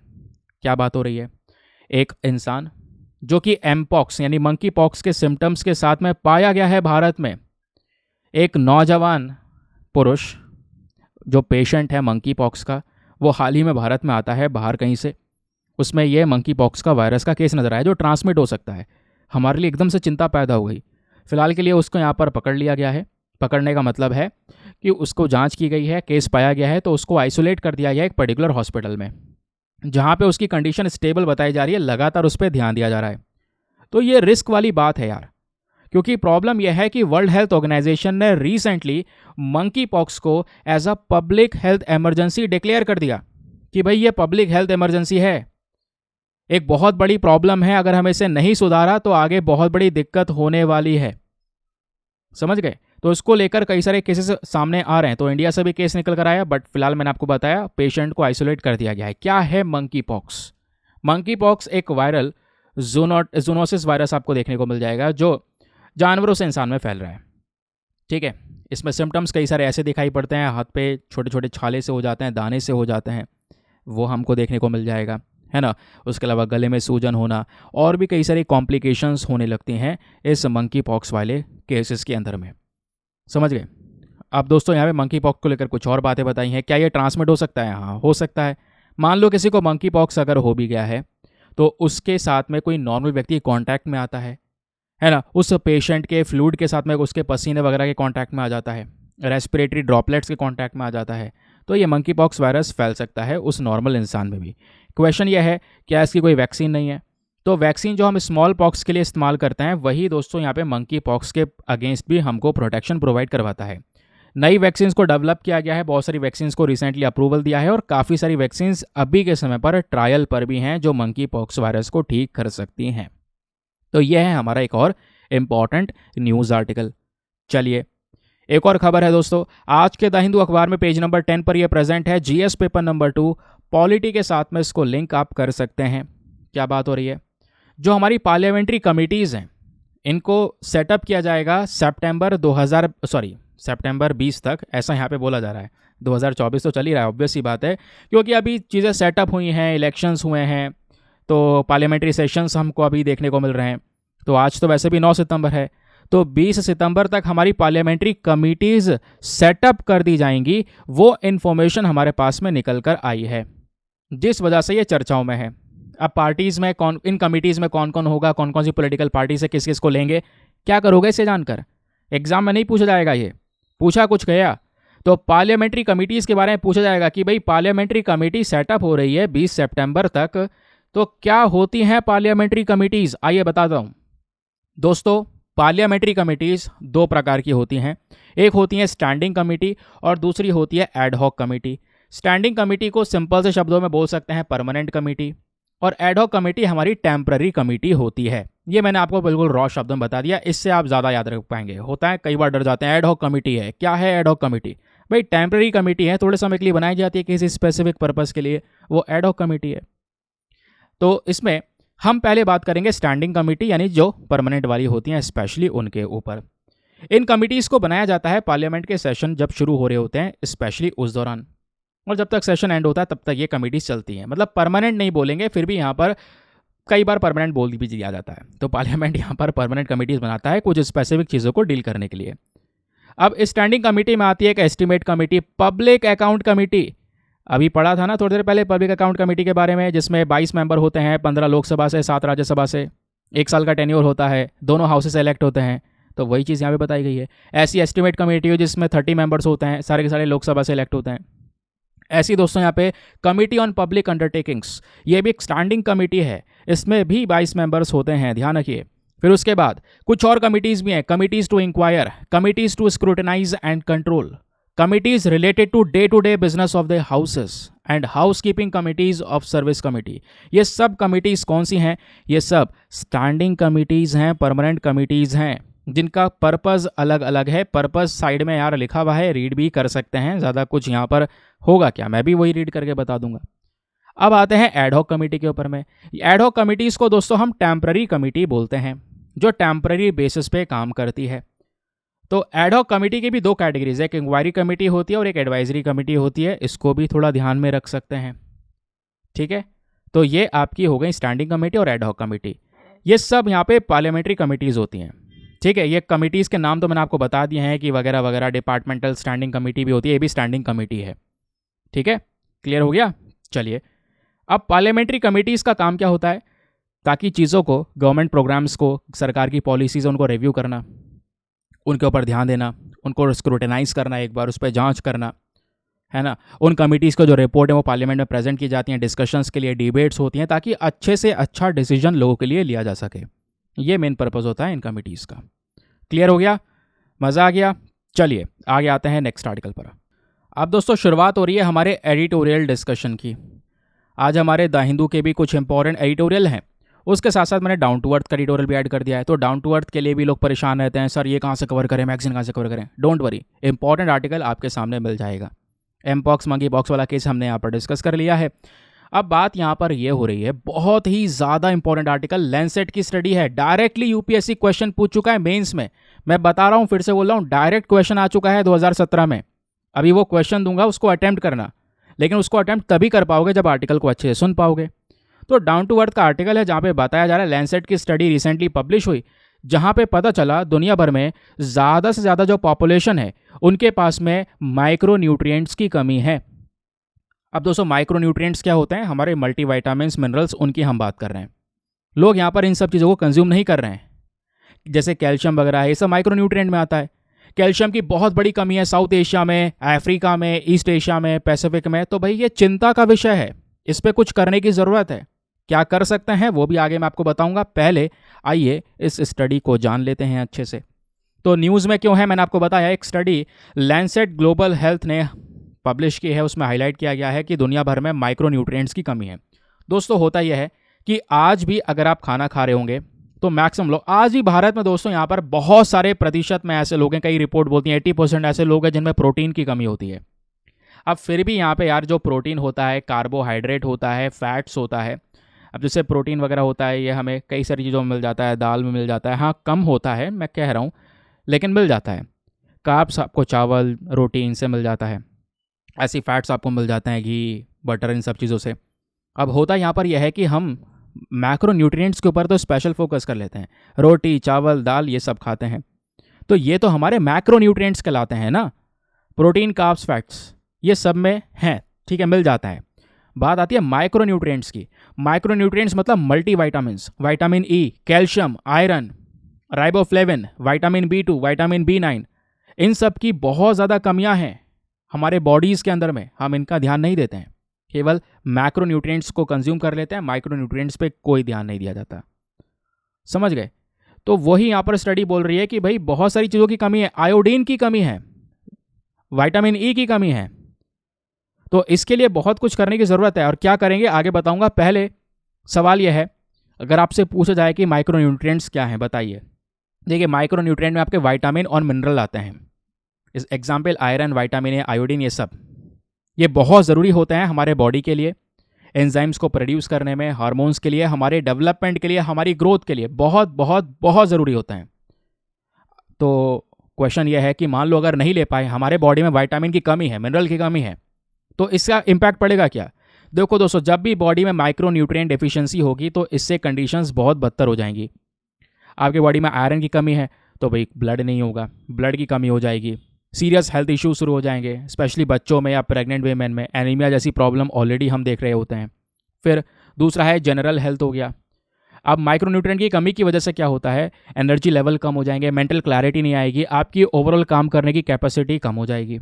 फिर उसी तरीके से लॉन्ग टर्म इफेक्ट्स हो गए, क्योंकि ये जो डेफिशिएंसी थी दोस्तों, इससे क्या होगा, आपके एजुकेशन के ऊपर इम्पैक्ट पड़ेगा, क्योंकि आप वर्क करने में इतने सक्षम नहीं होंगे, इतनी एनर्जी नहीं होगी, डिजीज से यहाँ पर गुजर रहे होंगे, हेल्थ कंडीशंस बुरी होंगी, तो लॉन्ग टर्म इफेक्ट्स पड़ेगा। और उसी माइक्रोन्यूट्रिएंट डिफिशिएंसी की वजह से और प्रॉब्लम शुरू हो जाती हैं। जैसे आपने सुना होगा वेस्टिंग, स्टंटिंग, अंडरवेट। पता है इनका मतलब क्या होता है? चलिए आइए मैं आपको बताता हूँ। स्टंटिंग मतलब ये होता है, एक बच्चा जो अपनी उम्र के हिसाब से साइज में बहुत छोटा है, वो कहलाता है यहाँ पर स्टंटिंग। समझ गए? यानी एज के हिसाब से उसकी हाइट बहुत कम है।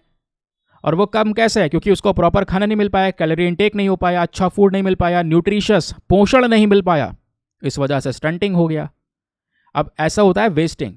वेस्टिंग मतलब क्या होता है, उस बच्चे की हाइट के हिसाब से उसका वजन ही नहीं है, लंबा चौड़ा है लेकिन पतला दुबला सा, एकदम लकड़ी जैसा, उसको बोलते हैं वेस्टिंग। ये तब होता है जब एक व्यक्ति को अगेन प्रॉपर फूड ना मिले, प्रॉपर अच्छा खाना ना मिले। फिर होता है एक अंडरवेट।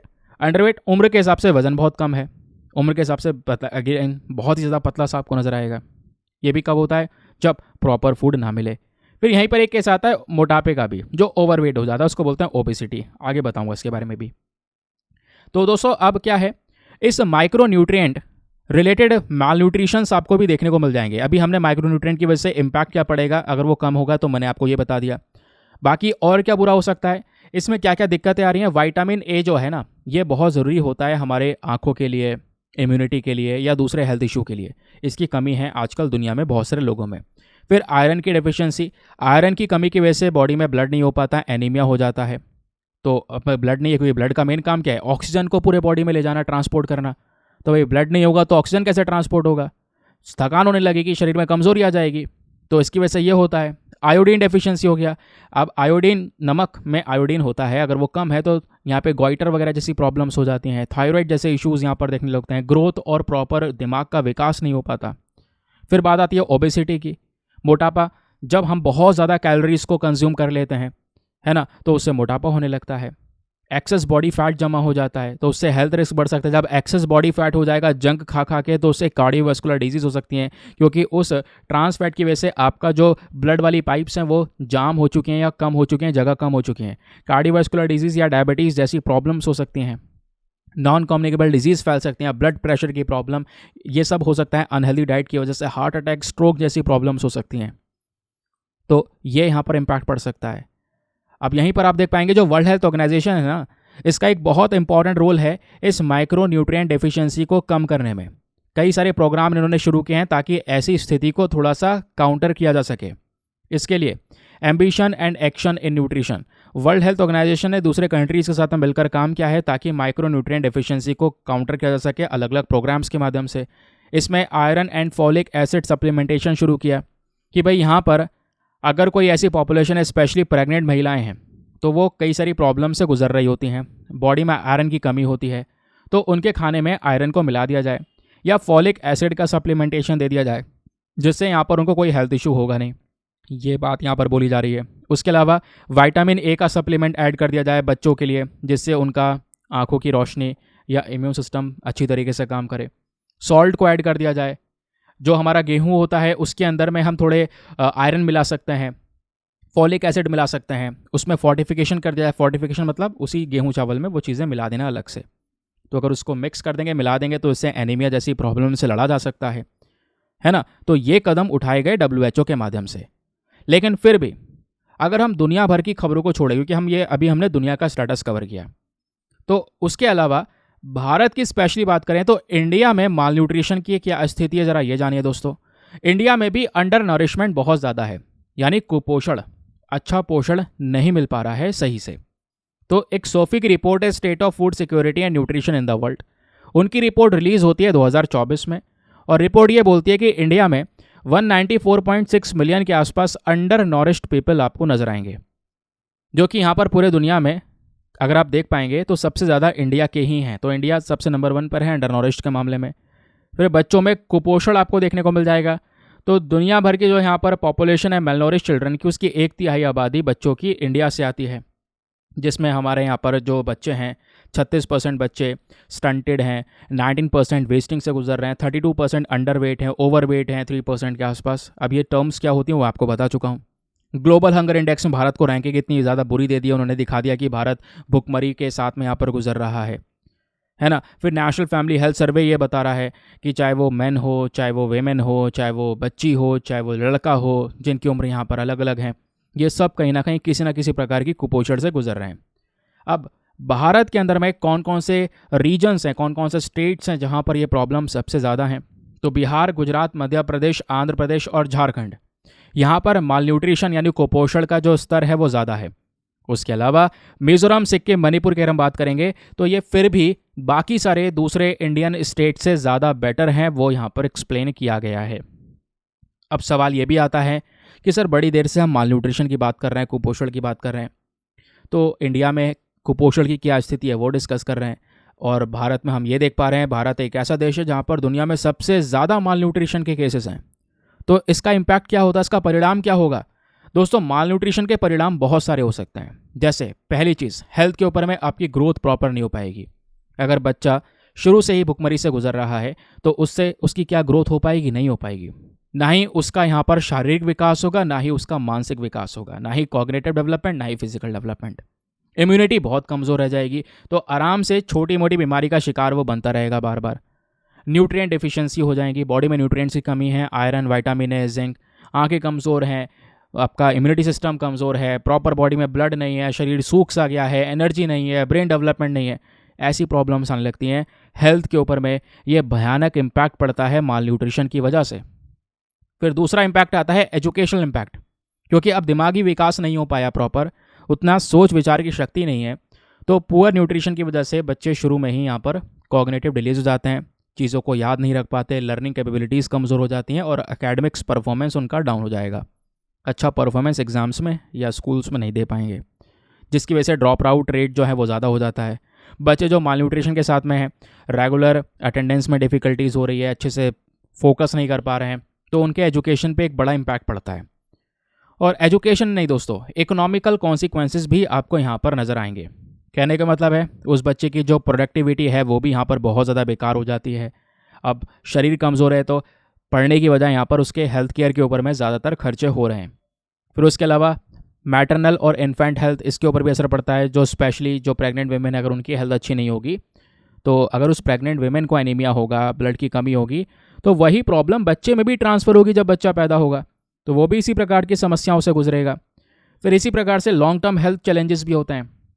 तो जो मालनरिश चिल्ड्रन है दोस्तों, यहाँ पर कई सारी हेल्थ प्रॉब्लम फेस कर रहे होते हैं एडल्टहुड के अंदर में।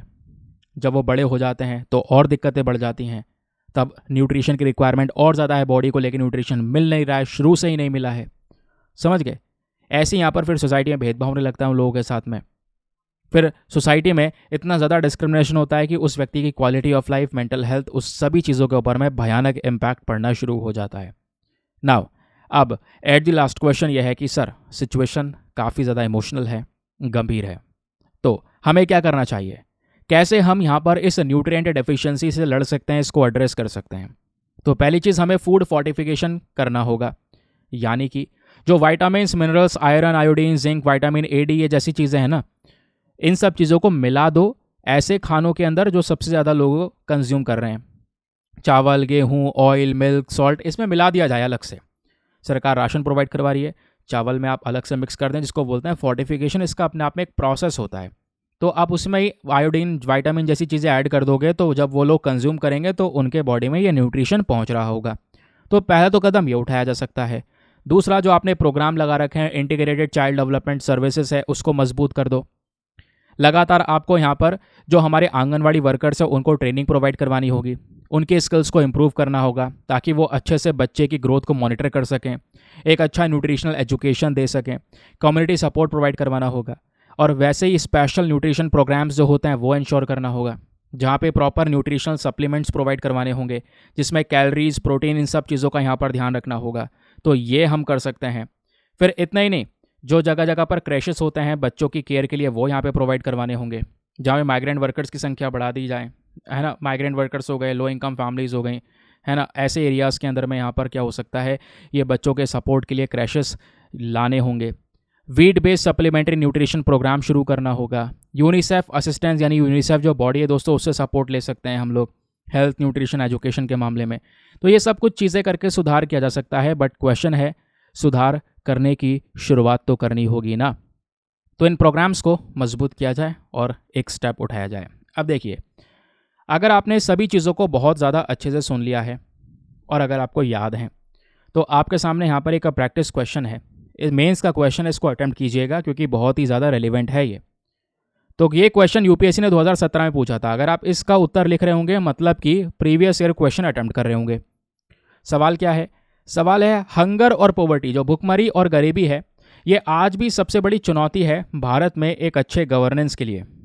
तो इसको आपको इवैल्यूएट करना है, बताना है कि कैसे जो सरकार है वो इस प्रकार की बड़ी प्रॉब्लम से डील कर रही है और क्या क्या तरीके हो सकते हैं जिससे हम इस सिचुएशन में सुधार लेकर आ सकें। तो 250 शब्दों में आंसर लिखना है और 15 मार्क्स का ये क्वेश्चन है। कहाँ पे सबमिट करना है अभी आपको बताऊंगा। पहले एक बार हिंदी में रीड कर देता हूँ ताकि हिंदी माध्यम वाले एस्पिरेंट भी अच्छे से पढ़कर एक बढ़िया सा आंसर लिख सकें।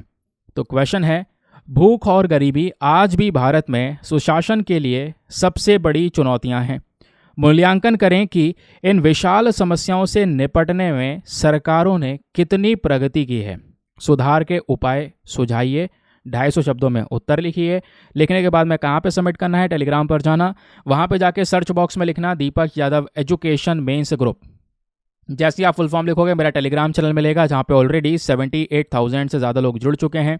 आप भी जुड़कर अपने आंसर्स को लिखकर सबमिट कर सकते हैं। अपने आंसर को सबमिट करने के साथ साथ एक छोटा सा काम और करना है, एटलीस्ट सभी लोग को 2-2 आंसर्स रिव्यू करना है। जब आप सभी लोग 2-2 आंसर्स को रिव्यू करेंगे बहुत सारे फायदे होंगे आपको भी और सामने वाले को भी।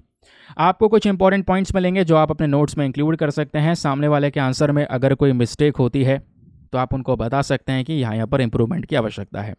इस प्रकार से कोऑपरेटिव वे में वो पूरा का पूरा ग्रुप काम कर रहा है। ठीक है, चलिए आते हैं अगले एडिटोरियल की तरफ। आज के हमारे द हिंदू अखबार में ही पेज नंबर 10 पर एक और एडिटोरियल प्रेजेंट है। कुछ ज़्यादा खास नहीं है बट फिर भी यहाँ पर थोड़ा डिस्कशन करेंगे। कुछ पॉइंट्स आपको यहाँ पर मिल जाएंगे, वो यहाँ पे हमें समझने होंगे कि राइटर क्या कहना चाह रहे हैं। तो राइटर बेसिकली यहाँ पर हैं आनंद पी कृष्णन। इनका कहना है, विद और without Chinese companies is the question. कहने का मतलब है, आज अगर हम इलेक्ट्रॉनिक इंडस्ट्री को देखें और भारत में मोबाइल इंडस्ट्री को देखें तो भारत का योगदान बहुत बड़ा मिला है दुनिया के मोबाइल इंडस्ट्री को, लेकिन उसमें चाइना ने सबसे ज़्यादा फ़ायदा कमाया है।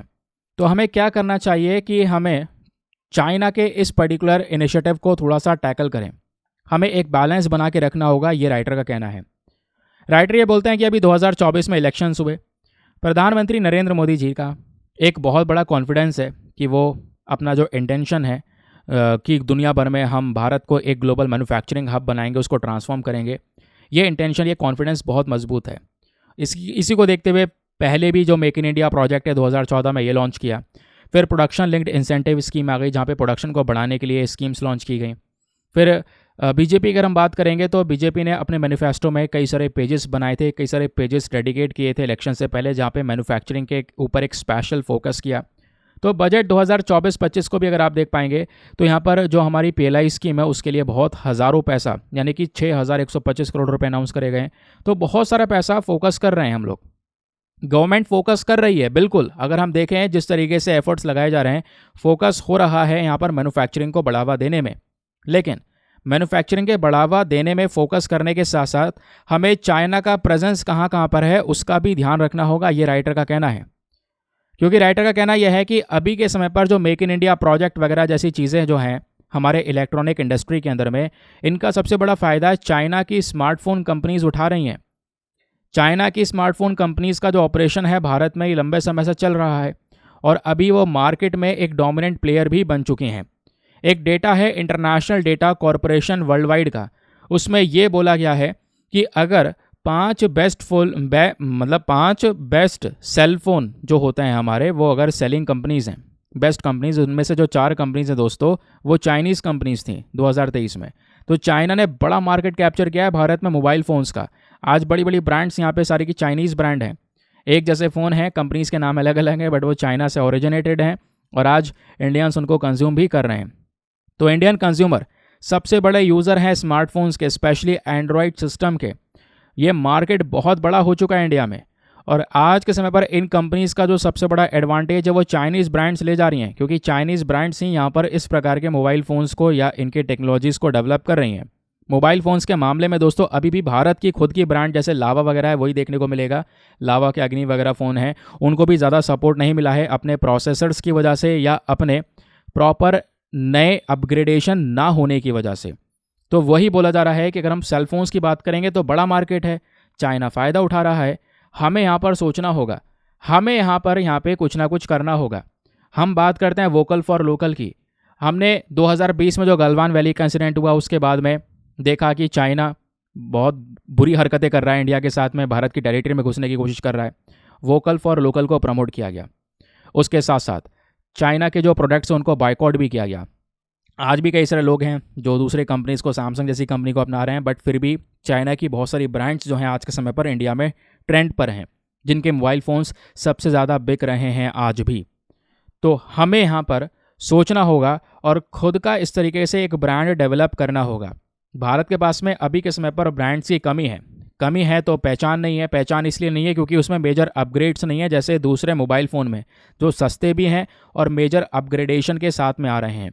तो वही अप्रोच जो चाइना ने अपनाया है उसे हमें करना होगा, तभी हम क्या कर पाएंगे, इंडियनाइजेशन कर पाएंगे, यानी कि इंडिया के अंदर ही अपने इलेक्ट्रॉनिक प्रोडक्ट्स की मैन्युफैक्चरिंग को बढ़ा रहे होंगे। और इसके लिए जो टाटा इलेक्ट्रॉनिक्स है, इनका यहाँ पर एक कॉन्ट्रैक्ट मैन्युफैक्चर आपको देखने को मिलेगा स्मार्टफोन डिवाइसेस के लिए। ये बड़ा एग्जाम्पल है कि हाँ, हमने टाटा को भी इसके अंदर में उतारा है, बट हमने अभी ताइवानी की जो कंपनीज़ हैं उनके साथ में भी यहाँ पर कुछ जो आइटम्स होते हैं, रॉ मटेरियल्स होते हैं, उसके सप्लाई के लिए बातचीत की है।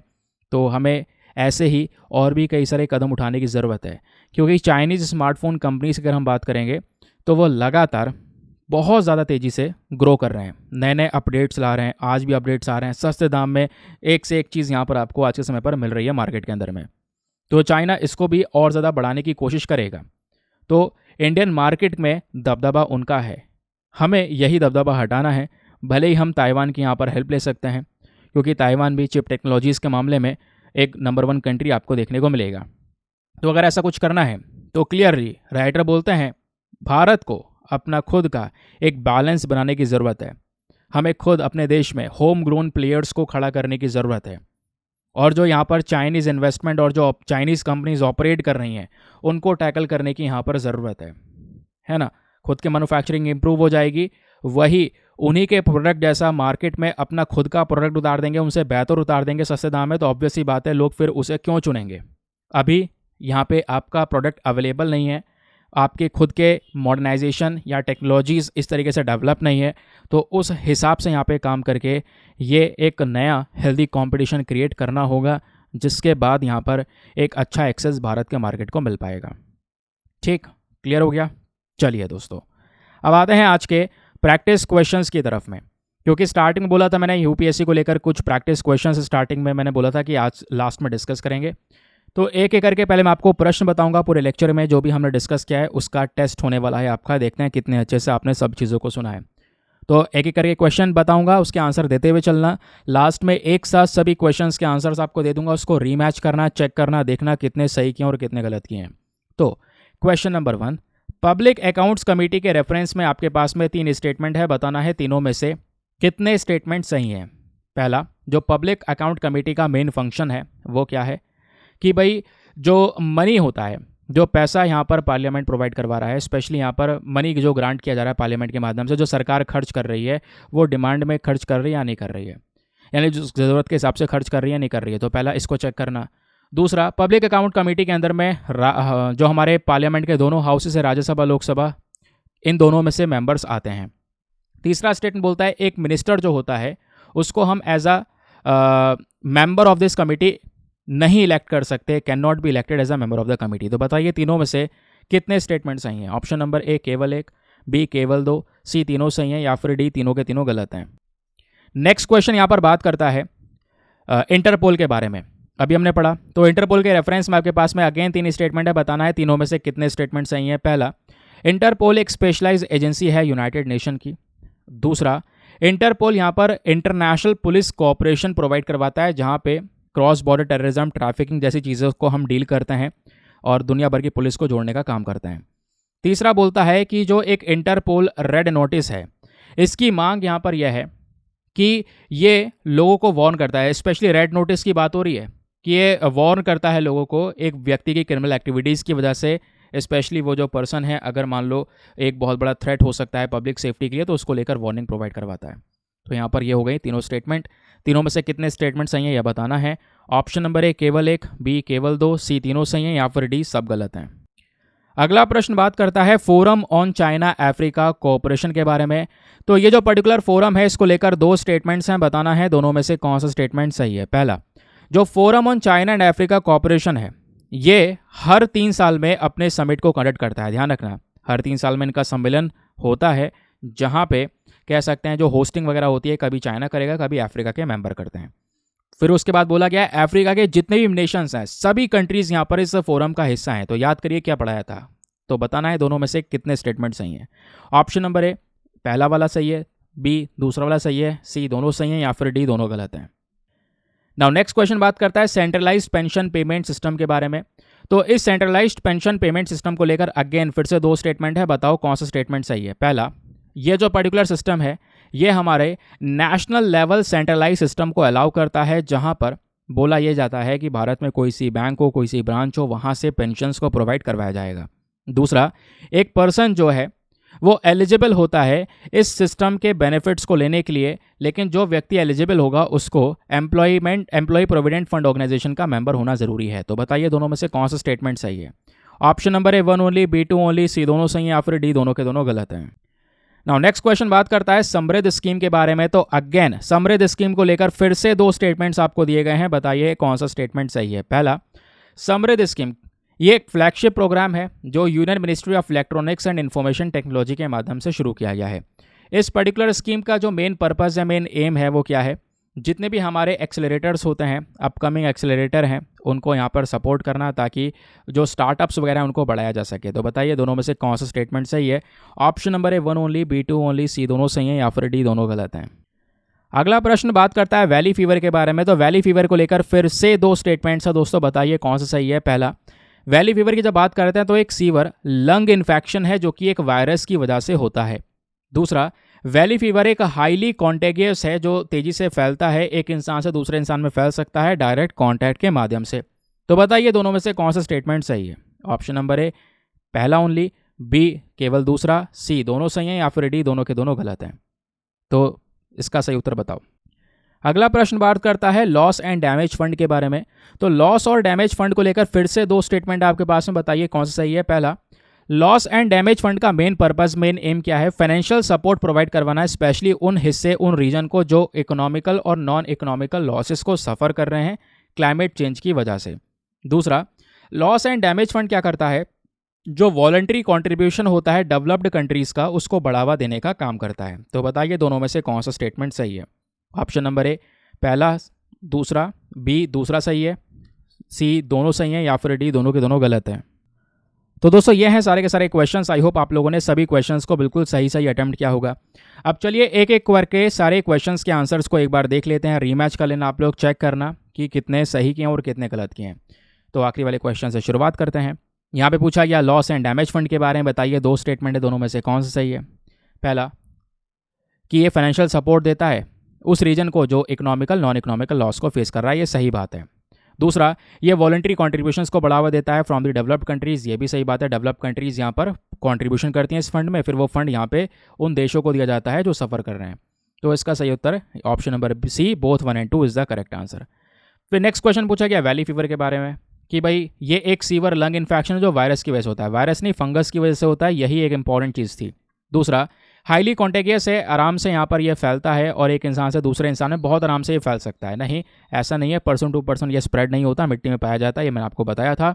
Option number D, neither 1 nor 2 is the correct answer.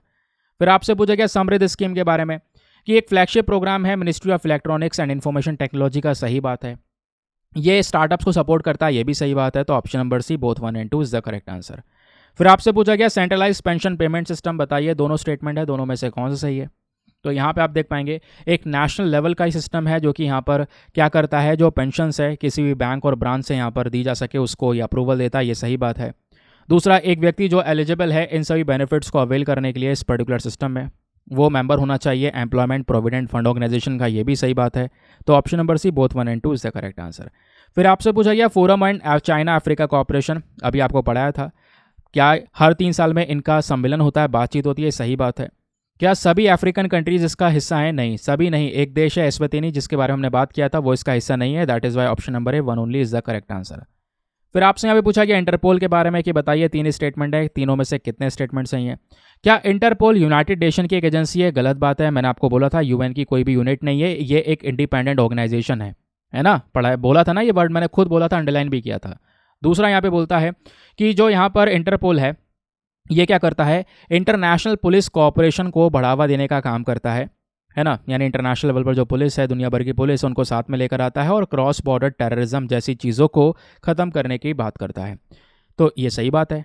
तीसरा, इंटरपोल जो रेड नोटिस होता है ये वार्न करता है एक व्यक्ति के बारे में, उसकी क्रिमिनल एक्टिविटीज़ के बारे में, अगर वो पब्लिक सेफ्टी के लिए खतरा होगा। नहीं, ये वाला तो दोस्तों ग्रीन नोटिस करता है ना, रेड नोटिस ये नहीं कहता, रेड नोटिस ये नहीं कहता, प्लीज़ इसको ध्यान रखिएगा, वो ग्रीन नोटिस कहता है जो बात लिखी है। रेड नोटिस तो यहाँ पर आइडेंटिफाई करने की बात करता है ना, इन्फॉर्मेशन मांगता है एक व्यक्ति के बारे में, एक पर्सन के बारे में जो कि यहाँ पर एक क्रिमिनल इन्वेस्टिगेशन के अंदर में उसका नाम होता है, स्पेशली उसकी। तो थर्ड वाला गलत है, बट 1 and 2 सही है, that is why option number, sorry, केवल दूसरा वाला सही है, पहला वाला भी गलत है। तो option number A, only 1 is the correct answer. ठीक है। फिर आपसे पूछा गया पब्लिक अकाउंट्स कमेटी के बारे में कि बताइए 3 स्टेटमेंट है, तीनों में से कितने सही हैं। पहला, इसका मेन फंक्शन है जो पार्लियामेंट, स्पेशली गवर्नमेंट जो है पैसा जो खर्च कर रही है उसको यहाँ पर देखना, सही बात है। दूसरा, जो मेंबर्स हैं पब्लिक अकाउंट कमेटी में ये आपके पार्लियामेंट के दोनों हाउसेस से आते हैं, ये भी सही बात है। तीसरा, एक जो मिनिस्टर होता है उसको हम मेंबर ऑफ द कमेटी के तौर पर यहाँ पर इलेक्ट नहीं कर सकते, ये भी सही बात है। तो तीनों के तीनों स्टेटमेंट्स यहाँ पर आपके सही हैं, ये मैंने आपको पढ़ा दिया था पहले ही। तो कितने क्वेश्चन आपने सही किए हैं दोस्तों, नीचे कमेंट सेक्शन में नंबर्स ज़रूर लिख कर जाना, इंपॉर्टेंट है, पता चलेगा, टेस्ट होगा आपका कि हाँ भाई आपने चीज़ों को अच्छे से सुना है या नहीं सुना है। यहीं पर चेक होती है आपकी मेमोरी पावर, आपकी कंसंट्रेशन पावर, कि किस लेवल पे है आपकी कंसंट्रेशन पावर, कैसे आप सुन रहे हैं। और बिलीव में अगर आप चीज़ों को सुन के ज़्यादातर क्वेश्चन को सही कर पा रहे हैं तो आपका कंसंट्रेशन एक नेक्स्ट लेवल पर है, बहुत अच्छे से चीज़ों को सुना है, समझ गए। चलिए अब आते हैं आज के वर्ड ऑफ द डे पर। तो वर्ड ऑफ द डे है यहाँ पर एनस्कॉन्स। तो यहाँ पर ये जो एनस्कॉन्स वर्ड है दोस्तों, इसका मतलब होता है समवन या समथिंग एनस्कॉन्ड इज फर्मली प्लेस्ड और हिडन, यानी कि कोई चीज़ ऐसी हो जिसको यहाँ पर ऐसी जगह पे रखा गया है या छिपाया गया हो, है ना। तो यहाँ पे हम कह सकते हैं, जैसे सेंटेंस में यूज़ किया गया है, एक स्कल्पचर है, एक मूर्ति है, उसको सेफली एनस्कॉन्ड कर दिया गया है बिहाइंड दी ग्लास के पीछे, यहाँ पर उसको सेफ तरीके से छिपा दिया गया है। तो यहाँ पर एनस्कॉन वर्ड का यूज़ करके एक सेंटेंस बनाइए, नीचे कमेंट सेक्शन में, ज़रूरी है सेंटेंस बनाएंगे तभी आपका यहाँ पर जो वोकैब है वो प्रॉपर तरीके से इंप्रूव हो पाएगा। चलिए अब आते हैं हम लोग अपने प्रैक्टिस क्वेश्चन की तरफ। तो क्वेश्चन यहाँ पर ये था, पब्लिक अकाउंट कमेटी के बारे में आपको यहाँ पे 2 स्टेटमेंट दिए गए हैं, दोनों में से कौन सा स्टेटमेंट सही है ये आपको बताना था। तो पहला कि पब्लिक अकाउंट कमेटी के अंदर में टोटल लोकसभा से 15 मेंबर्स होते हैं और राज्यसभा से 7 मेंबर यानी 22 मेंबर होते हैं, ये सही बात है, अभी डिस्कस किया था। दूसरा, पब्लिक अकाउंट कमेटी का मेन काम है जो हमारी रेगुलेटरी बॉडीज़ होती हैं, जैसे सेबी हो गया, ट्राई बॉडी हो गया, तो इन सब के यहाँ पे परफॉर्मेंस को रिव्यू करने का काम करना, ये भी सही बात है, इसी वजह से पब्लिक अकाउंट कमेटी चर्चाओं में आया था। तो दोनों के दोनों स्टेटमेंट यहाँ पर करेक्ट हैं, that is why option number C, both 1 and 2 is the correct answer. ठीक है, तो कैसा लगा दोस्तों आज का सेशन, आप नीचे कमेंट सेक्शन में मेंशन कर सकते हैं। कोई चीज़ ऐड करनी है, कोई चीज़ हटानी है, तो वो भी आप लोग यहाँ पे बता सकते हैं। या फिर अगर कुछ ऐसा करना है कि इस वीडियो में 1-2 आर्टिकल और ऐड कर दूँ जो काफ़ी रेलिवेंट हो, और जो ये क्वेश्चन ने हमारे 8-10 मिनट घेर लिया है ना, इन क्वेश्चन को हटाकर वो आर्टिकल में ऐड कर दूँ, इन क्वेश्चन की सेपरेट सीरीज़ अपलोड कर दूँ, अलग से वीडियो जिसमें आप प्रैक्टिस कर सको। अगर ऐसा कुछ करना चाहते हैं या ऐसा आपका रिकमेंडेशन होता है तो मुझे आप बता सकते हैं। बाकी सेशन कैसा लगा आप बता सकते हैं। एक कंप्लीट पैकेज है करंट अफेयर्स का, कुछ भी आपका इधर से उधर छूटेगा नहीं अगर आपने ये 1 से 1.5 घंटे का वीडियो कवर कर लिया। और अलग अलग सोर्सेज को भी फॉलो करने की ज़रूरत नहीं पड़ेगी, क्योंकि सभी सोर्सेज को एक जगह पे कवर कर दिया गया है। फिर उसके बाद में जब लास्ट में मंथली मैगजीन वगैरह आप कवर करोगे तो आपको लगेगा यार ये सब कुछ मैंने पढ़ रखा है। ठीक है, चलिए मिलते हैं आपसे अगले वीडियो में। आज के लिए bye bye, have a nice day, thank you and जय हिंद।